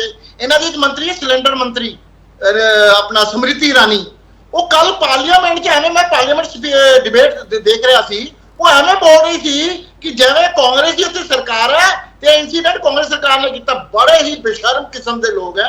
अपनी गलती ते मन्नी नहीं, चलो, मीडिया और- मैनेज किया है सारा। हाँ। और क्या क्या बताइए, लोगों की नजर च, जनता की नजर च पूरी इन्हां दी कलई खुल चुकी है चलो। कि इन्हां दी जिहड़ी विचारधारा, एक मिनट से लास्ट हाँ। पॉइंट, इन्हां दी जिहड़ी विचारधारा है वो सैकुलर नहीं है, वो धर्म निरपेक्ष नहीं है, वो भारत के ताने बाने नु तोड़ देगी, भारत का सारा ਜਿਹੜਾ ਅੱਗੇ ਦਾ ਭਵਿੱਖ ਉਹ ਖਰਾਬ ਕਰ ਦੇਗੀ ਤੇ ठीक। ਇਹਨਾਂ ਤੋਂ ਬਚ ਕੇ ਰਹਿਣਾ ਚਾਹੀਦਾ। ठीक है मिस्टर पासी बहुत थोड़े शब्दों में स्टेटमेंट दियो। सर साडा सोशल फैब्रिक इन्ना कमजोर हो गया कि राहुल गांधी ये कह रहे हैं कि किसी भी सूबे ਨੂੰ ਅੱਗ ਲਾ ਸਕਦੇ ਆ, ਸਾੜ ਸਕਦੇ ਆ। ਮਿਸਟਰ ਪਾਸੀ ਨਹੀਂ ਦੇਖੋ, ਹਿੰਦੁਸਤਾਨ ਦੇ ਵਿੱਚ ਹਲੇ ਵੀ ਸਾਡਾ ਸੋਸ਼ਲ ਫੈਬਰਿਕ ਇੰਨਾ ਕਮਜ਼ੋਰ ਨਹੀਂ ਹੈ। ਇਹ ਘਟਨਾਵਾਂ ਹੋਈਆਂ, ਮੰਦਭਾਗੀ ਘਟਨਾਵਾਂ ਹੈ, ਜਿਹੜਾ ਇਹਨੂੰ ਤੁਸੀਂ ਕਹਿ ਸਕਦੇ ਹੋ ਨਸਲਕੁਸ਼ੀ ਹੋ ਰਹੀ ਹੈ, ਪਰੰਤੂ ਅੱਜ ਵੀ ਸਾਡੇ ਹਿੰਦੁਸਤਾਨ ਚਾਹੇ ਸਾਡੇ ਅਲੱਗ-ਅਲੱਗ ਸੂਬਿਆਂ, ਅਲੱਗ-ਅਲੱਗ ਬੋਲੀ, ਅਲੱਗ-ਅਲੱਗ ਸੱਭਿਆਚਾਰ ਹੈ, ਪਰ ਇੱਕ ਮੁੱਠਤਾ ਅੱਜ ਵੀ ਦੇਸ਼ ਦੇ ਵਿੱਚ ਹੈ ਔਰ ਉਹ ਖਤਮ ਵੀ ਨਹੀਂ ਹੋਣੀ ਚਾਹੀਦੀ। ਦੂਸਰੀ ਚੀਜ਼ ਮੈਂ ਇੱਕ ਚੀਜ਼ ਕਹੂੰਗਾ, ਦੇਖੋ ਮੈਂ ਅੱਜ ਵੀ ਕਹਿਣਾ ਕਿ ਪ੍ਰਧਾਨ ਮੰਤਰੀ ਜੀ ਮੋਦੀ ਜੀ ਸਾਰੇ ਦੇਸ਼ ਦੇ ਹੈ। ਜਦੋਂ 10 ਦਿਨ ਡੈਲੀਗੇਸ਼ਨ ਦਿੱਲੀ ਦੇ ਵਿੱਚ ਬੈਠਿਆ ਰਿਹਾ ਮਨੀਪੁਰ ਤੋਂ ਆ ਕੇ, ਉਹਨਾਂ ਨੂੰ ਮਿਲਣਾ ਵੀ ਚਾਹੀਦਾ ਸੀ, ਉਹਨਾਂ ਨੂੰ ਪਹਿਲੇ ਦਿਨ ਤੋਂ ਆਪਣੇ ਰਾਜ ਧਰਮ ਦਾ ਪਾਲਣ ਕਰਦੇ ਹੋਏ ਐਕਸ਼ਨ ਲੈਣਾ ਚਾਹੀਦਾ ਸੀ। ਹਾਲੇ ਵੀ ਬਹੁਤ ਕੁਝ ਹੋ ਸਕਦਾ। ਦੇਖੋ ਮੈਂ ਨਹੀਂ ਕਹਿੰਦਾ ਨੁਕਸਾਨ ਹੋ ਚੁੱਕਿਆ, ਪਰੰਤੂ ਉਹਨਾਂ ਲੋਕਾਂ ਦੇ ਵਿੱਚ ਚਾਹੇ ਉਹ ਮੈਤਈ ਹੈ, ਚਾਹੇ ਉਹ ਕੁੱਕੀ ਹੈ, ਜ਼ਿਆਦਾਤਰ ਕੁੱਕੀ ਹੈ, ਉੱਥੇ ਜਿਹੜਾ ਵਿਸ਼ਵਾਸ ਬਹਾਲੀ ਜ਼ਰੂਰੀ ਹੈ। ਅਦਰਵਾਈਜ਼ ਜਿੰਨਾ ਸਟ੍ਰੈਟੇਜਿਕ ਪੁਆਇੰਟ ਆਫ ਵਿਊ ਨਾਲ ਇੰਪੋਰਟੈਂਟ ਹੈ ਮਨੀਪੁਰ, ਕਦੇ ਵੀ ਸਾਡੇ ਦੇਸ਼ ਦੇ ਲਈ ਇੱਕ ਹਿਸਟੋਰੀਕਲ ਮਿਸਟੇਕ ਹੋ ਜਾਏਗੀ ਅਗਰ ਉਹਨਾਂ ਲੋਕਾਂ ਨੂੰ ਇਨਸਾਫ ਨਹੀਂ ਮਿਲਦਾ, ਦੋਸ਼ੀਆਂ ਦੇ ਖਿਲਾਫ ਸਜ਼ਾ ਨਹੀਂ ਹੁੰਦੀ। ਚਲੋ ਇਹ ਬੜਾ ਵੱਡਾ ਪੁਆਇੰਟ ਹੈ ਕਿ ਮਣੀਪੁਰ ਜਿਸ ਜਗ੍ਹਾ ਤੇ ਹੈਗਾ ਉਹਦੀ ਭੂਗੋਲਿਕ ਸਥਿਤੀ ਨੂੰ ਵੀ ਸਾਨੂੰ ਮੱਦੇਨਜ਼ਰ ਰੱਖਣਾ ਪਊਗਾ। ਰਵਿੰਦਰ ਸਿੰਘ ਜੀ, ਕੀ ਸ਼੍ਰੋਮਣੀ ਅਕਾਲੀ ਦਲ ਚਾਹੁੰਦਾ ਕਿ ਪ੍ਰਧਾਨ ਮੰਤਰੀ ਸਾਹਿਬ ਇਸ ਮੁੱਦੇ ਤੇ ਸਦਨ 'ਚ ਬੋਲਣ? ਬਿਲਕੁਲ ਬੋਲਣਾ ਚਾਹੀਦਾ। ਸ਼੍ਰੋਮਣੀ ਅਕਾਲੀ ਦਲ ਇਹ ਗੱਲ ਚਾਹੂਗਾ, ਜੇ ਪ੍ਰਧਾਨ ਮੰਤਰੀ ਸਾਹਿਬ ਇੱਕ ਐਸੇ ਐਡੇ ਵੱਡੇ ਮੁੱਦੇ ਤੇ ਜਿੱਥੇ ਦੇਸ਼ ਦੇ ਵਿੱਚ ਨਹੀਂ ਪੂਰੀ ਦੁਨੀਆ ਦੇ ਵਿੱਚ ਭਾਰਤ ਦੇਸ਼ ਦੀ ਚਰਚਾ ਹੋ ਚੁੱਕੀ ਹੈ, ਅੱਜ ਪੂਰੇ ਦੇਸ਼ ਦੇ ਵਿੱਚ ਇਹ ਮਹਿਸੂਸ ਕੀਤਾ ਜਾ ਰਿਹਾ, ਜਿੱਥੇ ਵੀ ਭਾਰਤੀ ਲੋਕ ਰਹਿ ਰਹੇ ਨੇ ਮਹਿਸੂਸ ਕਰ ਰਹੇ ਨੇ ਕਿ ਘੱਟ ਗਿਣਤੀਆਂ ਤੇ ਐਸੇ ਭਾਈਚਾਰੇ ਅੱਜ ਖਤਰੇ ਦੇ ਵਿੱਚ ਨਹੀਂ, ਤੇ ਪ੍ਰਧਾਨ ਮੰਤਰੀ ਸਾਹਿਬ ਦੇਸ਼ ਦੇ ਮੁਖੀ ਨੇ ਔਰ ਉਹਨਾਂ ਦੀ ਜ਼ਿੰਮੇਵਾਰੀ ਬਣਦੀ ਹੈ ਔਰ ਬੜੀ ਜ਼ਿੰਮੇਵਾਰੀ ਨਾਲ ਇਹ ਜਿਹੜੀ ਗੱਲ ਹੈ ਉਹਨਾਂ ਨੂੰ ਬੜੀ ਦੇਰ ਪਹਿਲਾਂ ਕਰ ਦੇਣੀ ਚਾਹੀਦੀ ਸੀ। ਔਰ ਅਸੀਂ ਚਾਹੁੰਦੇ ਹਾਂ ਕਿ ਪ੍ਰਧਾਨ ਮੰਤਰੀ ਸਾਹਿਬ ਆਪਣੀਆਂ ਗੱਲਾਂ ਰੱਖਣ, ਆਪਣੇ ਵਿਚਾਰ ਰੱਖਣ, ਆਪਣੀ ਗੱਲ ਦੱਸਣ। ਕਿਉਂ ਨਹੀਂ ਮਣੀਪੁਰ ਦੇ ਵਿੱਚ ਸਰਕਾਰ ਨੂੰ ਬਰਖਾਸਤ, ਇਹਦੇ ਪਿੱਛੇ ਕੀ ਕਾਰਨ ਹੈ? ਤੁਹਾਡੀ ਸਟੇਟਮੈਂਟ ਆ ਗਈ ਸਰ, ਰੁਕ ਜਾਓ ਹੁਣ ਪਲੀਜ਼। ਕਮਲਜੀਤ ਮਸਲੇ ਦਾ ਹੱਲ ਬਹੁਤ ਤਰੀਕੇ ਨਾਲ ਵੀ ਹੋ ਸਕਦਾ ਹੈ ਜੇ ਉੱਥੇ ਜਿਹੜੇ ਪੀੜਤ ਹੈਗੇ ਉਹਨਾਂ ਨੂੰ ਗੱਲ ਨਾ ਲਾਇਆ ਜਾਵੇ। ਹਾਲਾਂਕਿ ਤੁਹਾਡੇ ਸੰਸਦ ਦਾ ਵਫਦ ਜਾ ਵੀ ਰਿਹਾ ਉੱਥੇ। ਮੇਰਾ ਸਵਾਲ ਹੈ ਕਮਲਜੀਤ, ਕੱਲੇ ਪ੍ਰਧਾਨ ਮੰਤਰੀ ਤੇ ਗੱਲ ਰੋਕ ਕੇ ਤੁਹਾਨੂੰ ਲੱਗਦਾ ਕਿ ਸਾਰੇ ਮਸਲੇ ਦਾ ਹੱਲ ਹੈ? ਕਮਲਜੀਤ ਦੇਖੋ, ਜਿੱਥੋਂ ਕੋਈ ਚੀਜ਼ ਚੱਲ ਰਹੀ ਹੁੰਦੀ ਹੈ ਰੋਕੀ ਉੱਥੇ ਹੀ ਜਾ ਸਕਦੀ ਹੁੰਦੀ ਹੈ। ਜੇ ਇਸ ਪੂਰੇ ਦੰਗੇ ਦੇ ਸਿਆਸਤ ਨੂੰ ਜੇ ਕੋਈ ਹਰੀ ਝੰਡੀ ਬੀਜੇਪੀ ਦੀ ਸਿਆਸਤ ਵੱਲੋਂ, ਬੀਜੇਪੀ ਦੀ ਸਟੇਟ ਗਵਰਨਮੈਂਟ ਵੱਲੋਂ ਨਾ ਮਿਲੀ ਹੁੰਦੀ, ਫਿਰ ਲਾਜ਼ਮੀ ਤੌਰ ਤੇ ਹੋ ਸਕਦਾ ਕਿ ਅਸੀਂ ਕੋਈ ਪੀਸ ਮਿਸ਼ਨ ਭੇਜਦੇ, ਉੱਥੇ ਮੈਤਈ ਕਬੀਲੇ ਦੇ ਕੋਈ ਲੀਡਰਾਂ ਨੂੰ ਜਾ ਕੇ ਲੋਕ ਮਿਲਦੇ, ਉਹਨਾਂ ਨੂੰ ਬੇਨਤੀ ਕਰਦੇ ਵੀ ਤੁਸੀਂ ਕੀ ਕਰੀ ਜਾਂਦੇ ਹੋ, ਇਸ ਨੂੰ ਬੰਦ ਕਰੋ। ਲੇਕਿਨ ਸਥਿਤੀ ਹੈ ਜਿਵੇਂ ਜ਼ਿਕਰ ਕੀਤਾ ਪਾਸੀ ਸਾਹਿਬ ਨੇ ਵੀ, ਜਿਹੜਾ ਕੋਈ ਬਾਹਰੋਂ ਉੱਥੇ ਫੈਕਟ ਫਾਈਂਡਿੰਗ ਵਾਸਤੇ ਵੀ ਜਾਂਦਾ ਹੈ ਉਹਦੇ ਉੱਤੇ ਵੀ ਪਰਚਾ ਦਰਜ ਕਰ ਰਹੀ ਹੈ। ਯਾਨੀ ਗਵਰਨਮੈਂਟ ਗਾਰਡ ਕਰ ਰਹੀ ਹੈ ਖੜੀ ਹੋ ਕੇ ਕਿ ਅੰਦਰ ਦੰਗਾ ਜਾਰੀ ਰਹੇ, ਐਥਨਿਕ ਕਲੀਨਜ਼ਿੰਗ ਜਾਰੀ ਰਹੇ, ਨਸਲਕੁਸ਼ੀ ਜਾਰੀ ਰਹੇ, ਬਾਹਰੋਂ ਕੋਈ ਵਿੱਚ ਦਖਲਅੰਦਾਜ਼ੀ ਨਾ ਕਰ ਸਕੇ। ਇਸ ਹਾਲਤ ਦੇ ਵਿੱਚ ਕਮਲਜੀਤ ਮੈਨੂੰ ਇੱਕ ਚੀਜ਼ ਦੱਸੋ, ਕੋਈ ਕਿਹੜੇ ਦੇਸ਼ ਦਾ ਪ੍ਰਧਾਨ ਮੰਤਰੀ ਚਾਹੂਗਾ ਕਿ ਉੱਥੇ ਉਹਦੇ ਸਟੇਟ ਦੇ ਵਿੱਚ ਦੰਗੇ ਹੋਣ, ਉੱਥੇ ਦੇ ਹਾਲਾਤ ਹੈ ਉਹਨਾਂ ਬਾਰੇ ਅਮਰੀਕਾ ਵਰਗੇ ਮੁਲਕ ਵੀ ਬੋਲਦੇ ਹੋਣ? ਕੋਈ ਵੀ ਜੈਨੂਇਨ ਵਿਅਕਤੀ ਨਹੀਂ ਚਾਹੇਗਾ, ਕੋਈ ਵੀ ਜੈਨੂਇਨ ਪ੍ਰਧਾਨ ਮੰਤਰੀ ਨਹੀਂ ਚਾਹੂਗਾ। ਲੇਕਿਨ ਸਾਡਾ ਪ੍ਰਧਾਨ ਮੰਤਰੀ ਬਾਵਜੂਦ ਸਾਰੇ ਕਾਸੇ ਤੇ ਲੱਗਿਆ ਹੋਇਆ ਨਾ ਇਸ ਕੰਮ ਦੇ ਉੱਤੇ, ਸਾਰੀ ਦੇਸ਼ ਦੇਖ ਰਿਹਾ, ਉਹਨੇ ਆਪਣੀ ਸਰਕਾਰ ਦੇ ਖਿਲਾਫ ਨੋ ਕੌਨਫੀਡੈਂਸ ਮੋਸ਼ਨ ਤੱਕ ਆਣ ਦਿੱਤਾ। ਉਸ ਨੋ ਕੌਨਫੀਡੈਂਸ ਮੋਸ਼ਨ ਚ ਮੈਂ ਮੰਨਦਾ ਇਹ ਹੋ ਸਕਦਾ ਲੋਕ ਕਹਿੰਦੇ ਹੁਣ ਇਸ ਨੋ ਕੌਨਫੀਡੈਂਸ ਮੋਸ਼ਨ ਦਾ ਕੀ ਮਤਲਬ ਹੈ, ਗਿਣਤੀ ਨਹੀਂ ਪੂਰੀ ਹੋਣੀ, ਪਰ ਮੈਂ ਕਹਿੰਦਾ ਕਿ ਨੋ ਕੌਨਫੀਡੈਂਸ ਇਸ ਵੇਲੇ ਪੂਰੇ ਦੇਸ਼ ਦਾ ਕੌਨਫੀਡੈਂਸ ਟੁੱਟ ਗਿਆ ਇਸ ਸਰਕਾਰ ਤੋਂ। ਇਸ ਮਨੀਪੁਰ ਦੀਆਂ ਘਟਨਾਵਾਂ ਨੇ ਦੱਸ ਦਿੱਤਾ ਹੈ ਕਿ ਇਹ ਜਿਹੜਾ 56 ਇੰਚ ਦੀ ਬੀਜੇਪੀ ਤਾਂ ਕਹਿੰਦੀ ਹੈ ਕੌਨਫੀਡੈਂਸ ਦੇ ਨਾਲ ਤੁਸੀਂ ਇਸ ਮੋਸ਼ਨ ਦੇ ਨਾਲ ਤੁਸੀਂ ਆਪਦੀ ਸਿਆਸਤ ਚਮਕਾਉਣਾ ਚਾਹ ਰਹੇ ਹੋ 2024 ਦੇ ਲਈ। ਸਰ ਸਾਡੀ ਸਿਆਸਤ ਜੇ ਇਸ ਸਵਾਲ ਦੇ ਉੱਤੇ ਦੇਸ਼ ਦੀ ਸਿਆਸਤ ਹੋਏ ਤਾਂ ਕਿਉਂ ਨਾ ਹੋਏ। ਜੇ ਦੇਸ਼ ਦੀ ਹਾਲਤ ਇਹ ਪਹੁੰਚ ਗਈ ਹੈ, ਮੈਂ ਇੱਕ ਗੱਲ ਸਿਰਫ ਇੱਕ ਨੁਕਤਾ ਕਹਿਣਾ ਚਾਹੁੰਦਾ, ਹਿਟਲਰ ਨੇ ਦੇਸ਼ ਦੇ ਵਿੱਚ ਗੈਸ ਚੈਂਬਰ ਬਣਾਏ ਸੀਗੇ ਜਿਹਦੇ ਵਿੱਚ ਉਹ ਘੱਟ ਗਿਣਤੀਆਂ ਨੂੰ ਪਾ ਕੇ ਉਹਦੇ ਵਿੱਚ ਮਾਰ ਦਿੰਦਾ ਸੀ, ਲੇਕਿਨ ਇਸ ਮੁਲਕ ਨੂੰ ਇਸ ਵੇਲੇ ਪੂਰੇ ਦੇ ਪੂਰੇ ਮੁਲਕ ਨੂੰ ਗੈਸ ਚੈਂਬਰ ਦੇ ਵਿੱਚ ਕਨਵਰਟ ਕਰ ਦਿੱਤਾ ਜਿੱਥੇ ਸਭ ਦਾ ਸਾਹ ਘੁੱਟ ਰਿਹਾ ਹੈ। ਠੀਕ ਹੈ ਸਾਹਿਲ ਸਾਂਪਲਾ, ਲਾਸਟ ਸਟੇਟਮੈਂਟ ਤੁਹਾਡੀ ਚਾਹੀਦੀ ਸਾਹਿਲ ਸਾਂਪਲਾ, ਕਿਉਂਕਿ ਸਾਰੇ ਸਵਾਲ ਤੁਹਾਡੇ ਵੱਲ ਆ ਰਹੇ ਆ। ਸਾਹਿਲ ਸਾਂਪਲਾ ਇੱਕ ਸਟੇਟਮੈਂਟ ਮੈਨੂੰ ਇਹ ਜਵਾਬ ਦੇ ਦਿਓ ਪਲੀਜ਼ ਕਿਰਪਾ ਕਰਕੇ। ਸਾਹਿਲ ਸਾਂਪਲਾ ਇਸ ਪੂਰੇ ਮੁੱਦੇ ਦੇ ਉੱਤੇ ਸਾਹਿਲ ਸਾਂਪਲਾ ਕਿਸੇ ਉੱਥੇ ਵੱਡੇ ਅਧਿਕਾਰੀ ਤੇ ਕਿਸੇ ਵੱਡੇ ਸਿਆਸਤਦਾਨ ਤੇ ਕਿਸੇ ਤੇ ਕੋਈ ਕਾਰਵਾਈ ਕੀਤੀ ਹੈ ਸਰ? ਡੀਜੀਪੀ, ਸੀਐਮ, ਐਚਐਮ, ਬਹੁਤ ਸਾਰੇ ਸਵਾਲ ਹੈ ਸਰ। ਇੱਕ ਸ਼ਖਸ ਦੱਸ ਦਿਓ ਸਰ ਜਿਨ ਤੇ ਕਾਰਵਾਈ ਕੀਤੀ ਹੋਵੇ ਸਾਹਿਲ ਸਾਂਪਲਾ। ਮੈਂ ਪੂਰਾ ਬਿਆਨ ਦੇ ਦਿੰਦਾ ਜੀ। ਹਾਂ। ਜਿਹੜੀਆਂ ਮਣੀਪੁਰ ਦੀਆਂ ਘਟਨਾਵਾਂ ਹੋ ਰਹੀਆਂ ਉਹਦੇ ਵਿੱਚ ਮੈਂ ਪਹਿਲਾਂ ਦੱਸ ਦਵਾਂ, ਪਹਿਲਾਂ ਵੀ ਕਲੀਅਰ ਕਰ ਚੁੱਕਿਆ। ਮੰਦਭਾਗੀਆਂ ਤੁਸੀਂ ਕਹਿ ਰਹੇ ਹੋ ਕਿ ਕਿਸੇ ਤੇ ਕਾਰਵਾਈ ਕੀਤੀ ਜਾਂ ਨਹੀਂ ਕੀਤੀ, ਉੱਥੇ ਲੋਕਲ ਸਟੇਟ ਗਵਰਨਮੈਂਟ ਨੇ ਕੀਤੀ। ਸੈਂਟਰ ਸਰਕਾਰ ਨੇ ਜਿਹੜੀਆਂ CRPF ਦੀਆਂ ਟੀਮਾਂ ਜਿਹੜੀਆਂ ਉੱਥੇ ਭੇਜ ਦਿੱਤੀ, ਔਰ ਯਕੀਨ ਕਰੋ ਜੋ ਕੁਝ ਦਿਨਾਂ ਦੇ ਵਿੱਚ ਮੈਨੂੰ ਇਹ ਪੂਰੀ ਉਮੀਦ ਹੈ ਕਿ ਜਿਹੜੇ ਉੱਥੇ ਹਾਲਾਤ ਸੁਧਰਨਗੇ ਔਰ ਅੱਛੀ ਖਬਰ ਆਏਗੀ। ਦੂਜੀ ਚੀਜ਼ ਜਿਹੜੀ ਰਾਹੁਲ ਗਾਂਧੀ ਜੀ ਨੇ ਜਿਹੜਾ ਬਿਆਨ ਜਾਰੀ ਕੀਤਾ ਹੈ ਉਹਦੇ ਵਿੱਚ ਮਣੀਪੁਰ ਲਈ ਸੰਵੇਦਨਾ ਤੇ ਘੱਟ ਦੀ, ਕਿਉਂਕਿ ਇੱਕ ਵਾਰੀ ਉਹਨੇ ਮਣੀਪੁਰ ਦਾ ਸ਼ਬਦ ਲਿਆ ਨਾਮ, ਉਸ ਤੋਂ ਬਾਅਦ ਮਣੀਪੁਰ ਦੀ ਕੋਈ ਗੱਲ ਨਹੀਂ ਕੀਤੀ ਉਹਨੇ ਪੂਰੀ। ਮਗਰ ਮੇਰੀ ਗੱਲ ਸੁਣੋ, ਮੈਂ ਵਿੱਚ ਨਹੀਂ ਬੋਲਦਾ ਸਰ। ਇੱਕ ਮਿੰਟ ਨਵੀਂ ਜੀ ਆਪਾਂ ਸੁਣ ਨਵੀਂ ਜੀ ਇਦਾਂ ਨਾ ਕਰੋ, ਨਵੀਂ ਜੀ ਇਦਾਂ ਨਾ ਕਰੋ, ਆਪਾਂ ਸੁਣ ਲਈਏ। ਨਹੀਂ ਬੋਲਦਾ ਸਰ। ਬੋਲੋ ਸਾਹਿਲ ਸਾਹਿਬ ਆਪਣੀ ਗੱਲ ਪੂਰੀ ਕਰੋ। ਸੰਵੇਦਨਹੀਨ ਪ੍ਰਧਾਨ ਮੰਤਰੀ ਮੈਨੂੰ ਗੱਲ ਪੂਰੀ ਕਰ ਲੈਣ ਦਿਓ ਸਰ। ਮੈਂ ਤੁਹਾਡੀ ਗੱਲ 'ਚ ਇੱਕ ਵਾਰ ਵੀ ਨਹੀਂ ਬੋਲਿਆ। ਇੱਕ ਮਿੰਟ ਨਵੀਨ ਜੀ ਪਲੀਜ਼ ਸਰ, ਨਵੀਨ ਜੀ ਪਲੀਜ਼, ਨਵੀਨ ਜੀ ਪਲੀਜ਼ ਸਰ, ਤੁਸੀਂ ਆਪਣੀ ਸਟੇਟਮੈਂਟ ਦੇ ਚੁੱਕੇ ਹੋ। ਹਾਂ ਮਿਸਟਰ ਸਾਹਿਲ ਸਾਹਿਬ, ਇੱਕ ਮਿੰਟ ਪਲੀਜ਼, ਇੱਕ ਮਿੰਟ ਨਵੀਨ ਜੀ ਪਲੀਜ਼, ਸਾਹਿਲ ਸਾਹਿਬ ਬੋਲੋ ਫਟਾਫਟ। ਨਵੀਨ ਜੀ ਮੇਰੀ ਬੇਨਤੀ ਹੈ, ਕੋਈ ਵੀ ਕਿਸੇ ਦੇ ਵਿੱਚ ਨਹੀਂ ਬੋਲਿਆ ਹਜੇ ਤੱਕ। ਇੱਕ ਮਿੰਟ ਸਾਹਿਲ ਸਾਹਿਬ ਤੁਸੀਂ ਆਪਣੀ ਗੱਲ ਪੂਰੀ ਕਰੋ ਸਰ, ਉਹਨਾਂ ਨੂੰ ਸੰਬੋਧਨ ਨਾ ਹੋਊਗਾ। ਹਾਂ, ਦੂਜੀ ਗੱਲ ਇਹ ਕਿ ਰਾਹੁਲ ਗਾਂਧੀ ਜਿਹੜਾ ਬਿਆਨ ਦਿੱਤਾ ਅੱਜ ਮਣੀਪੁਰ ਦੇ ਉੱਪਰ, ਇੱਕ ਵਾਰੀ ਮਣੀਪੁਰ ਸ਼ਬਦ ਆਇਆ ਨਹੀਂ ਤਾਂ ਬਾਰ-ਬਾਰ ਦੇਖ ਲਓ। ਉਸ ਤੋਂ ਬਾਅਦ ਨਾ ਕੋਈ ਸੰਵੇਦਨਾ ਨਾ ਕੋਈ, ਬਲਕਿ ਉਹਨਾਂ ਨੇ ਜਿਹੜੀ ਕੋਸ਼ਿਸ਼ ਕੀਤੀ ਆਪਣਾ ਬਿਆਨ ਦੇ ਕੇ ਪੰਜਾਬ, ਹਰਿਆਣਾ, ਯੂਪੀ ਦਾ ਨਾਮ ਲੈ ਕੇ, ਕੁਛ ਨਹੀਂ, ਸਿਰਫ ਉਹਨਾਂ ਦਾ ਸੱਤਾ ਦੀ ਲਾਲਸਾ 2024 ਦੀ, ਉਹਦੇ ਵਿੱਚ ਉਹ ਬਾਕੀ ਸੂਬਿਆਂ ਨੂੰ ਭੜਕਾਉਣ ਦੀ ਕੋਸ਼ਿਸ਼ ਕਰ ਰਹੇ ਸੀ। ਇਸ ਤੋਂ ਇਲਾਵਾ ਕੁਛ ਨਹੀਂ ਸੀ। ਰਾਹੁਲ ਗਾਂਧੀ ਨੂੰ ਕੋਈ ਸੰਵੇਦਨਾ ਨਹੀਂ ਕਿਸੇ ਦਾ, ਉਹਨਾਂ ਦਾ ਲਕਸ਼ ਜਿਹੜਾ ਸੱਤਾ ਪ੍ਰਾਪਤੀ, ਉਹਦੇ ਵਾਸਤੇ ਬਿਆਨ ਦੇ ਰਹੇ, ਹੋਰ ਕੋਈ ਨਹੀਂ। ਚਲੋ ਸਾਹਿਲ ਮਣੀਪੁਰ ਹਿੰਸਾ ਦੇ ਨਾਲ ਕੀ ਬਾਕੀ ਸੂਬੇ ਸ਼ਾਂਤ ਰਹਿਣਗੇ ਤੁਹਾਨੂੰ ਲੱਗਦਾ? ਕੀ ਕਹਿੰਦੇ ਸਰ? ਮਣੀਪੁਰ ਹਿੰਸਾ ਦੇ ਨਾਲ ਕੀ ਬਾਕੀ ਸੂਬੇ ਸ਼ਾਂਤ ਰਹਿਣਗੇ? ਉੱਥੋਂ ਕੋਈ ਆਵਾਜ਼ ਨਹੀਂ ਆਊਗੀ ਸਰ, ਕੋਈ ਪ੍ਰੋਟੈਸਟ ਨਹੀਂ ਕਰੂਗਾ ਸਰ, ਕੋਈ ਵਿਰੋਧ ਨਹੀਂ ਕਰੂਗਾ?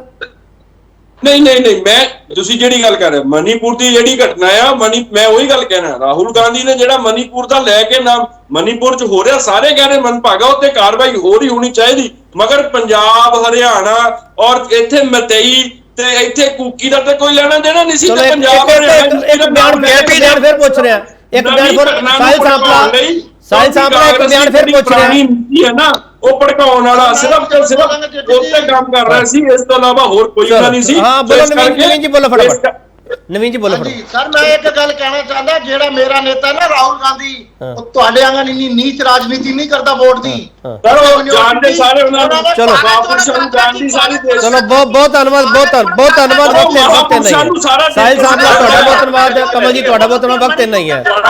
ਰਵਿੰਦਰ ਸਿੰਘ ਤੁਹਾਡਾ ਬਹੁਤ ਧੰਨਵਾਦ, ਮਿਸਟਰ ਪਾਸੀ ਤੁਹਾਡਾ ਬਹੁਤ ਧੰਨਵਾਦ, ਨਵੀਨ ਜੀ ਤੁਹਾਡਾ ਬਹੁਤ ਧੰਨਵਾਦ। ਮਣੀਪੁਰ ਤੇ ਕਿਵੇਂ ਮੰਨਣਗੇ ਮੋਦੀ ਵਿਰੋਧੀ, ਅਸੀਂ ਇਹ ਸਵਾਲ ਕੀਤਾ ਸੀ। ਇਸ ਸਵਾਲ ਦੇ ਵਿਚਾਲੇ ਜਵਾਬ ਜਿਹੜੇ ਮਿਲਦੇ ਪਏ ਆ, ਉਹ ਜਵਾਬ ਇੱਥੇ ਆ ਕੇ ਰੁਕਦੇ ਪਏ ਕਿ ਪ੍ਰਧਾਨ ਮੰਤਰੀ ਸਾਹਿਬ ਜਦੋਂ ਸਦਨ ਵਿੱਚ ਬੋਲਣਗੇ ਫਿਰ ਸਾਨੂੰ ਪਤਾ ਲੱਗੂਗਾ ਕਿ ਸਾਡੇ ਦੇਸ਼ ਦੇ ਪ੍ਰਧਾਨ ਮੰਤਰੀ ਕਿੰਨੇ ਸੰਜੀਦਾ ਹੈਗੇ। ਪਰ ਬੀਜੇਪੀ ਵਾਰ-ਵਾਰ ਇਹ ਸਵਾਲ ਚੁੱਕਦੀ ਪਈ ਆ ਕਿ ਜਿਹੜੇ ਕਾਲੇ ਕੱਪੜੇ ਪਾਉਣ ਵਾਲੇ ਆ ਉਹਨਾਂ ਦਾ ਭਵਿੱਖ ਵੀ ਕਾਲਾ। ਹੁਣ ਸਵਾਲ ਦੇ ਜਵਾਬ 2024 ਵਿੱਚ ਮਿਲਣਗੇ ਜਾਂ ਅੱਜ ਹੀ ਮਿਲ ਜਾਣਗੇ, ਮੈਨੂੰ ਨਹੀਂ ਪਤਾ। ਪਰ ਮਣੀਪੁਰ ਸ਼ਾਂਤ ਕਿਵੇਂ ਹੋਊਗਾ, ਸਾਡਾ ਸਵਾਲ ਇਹੀ ਹੈ।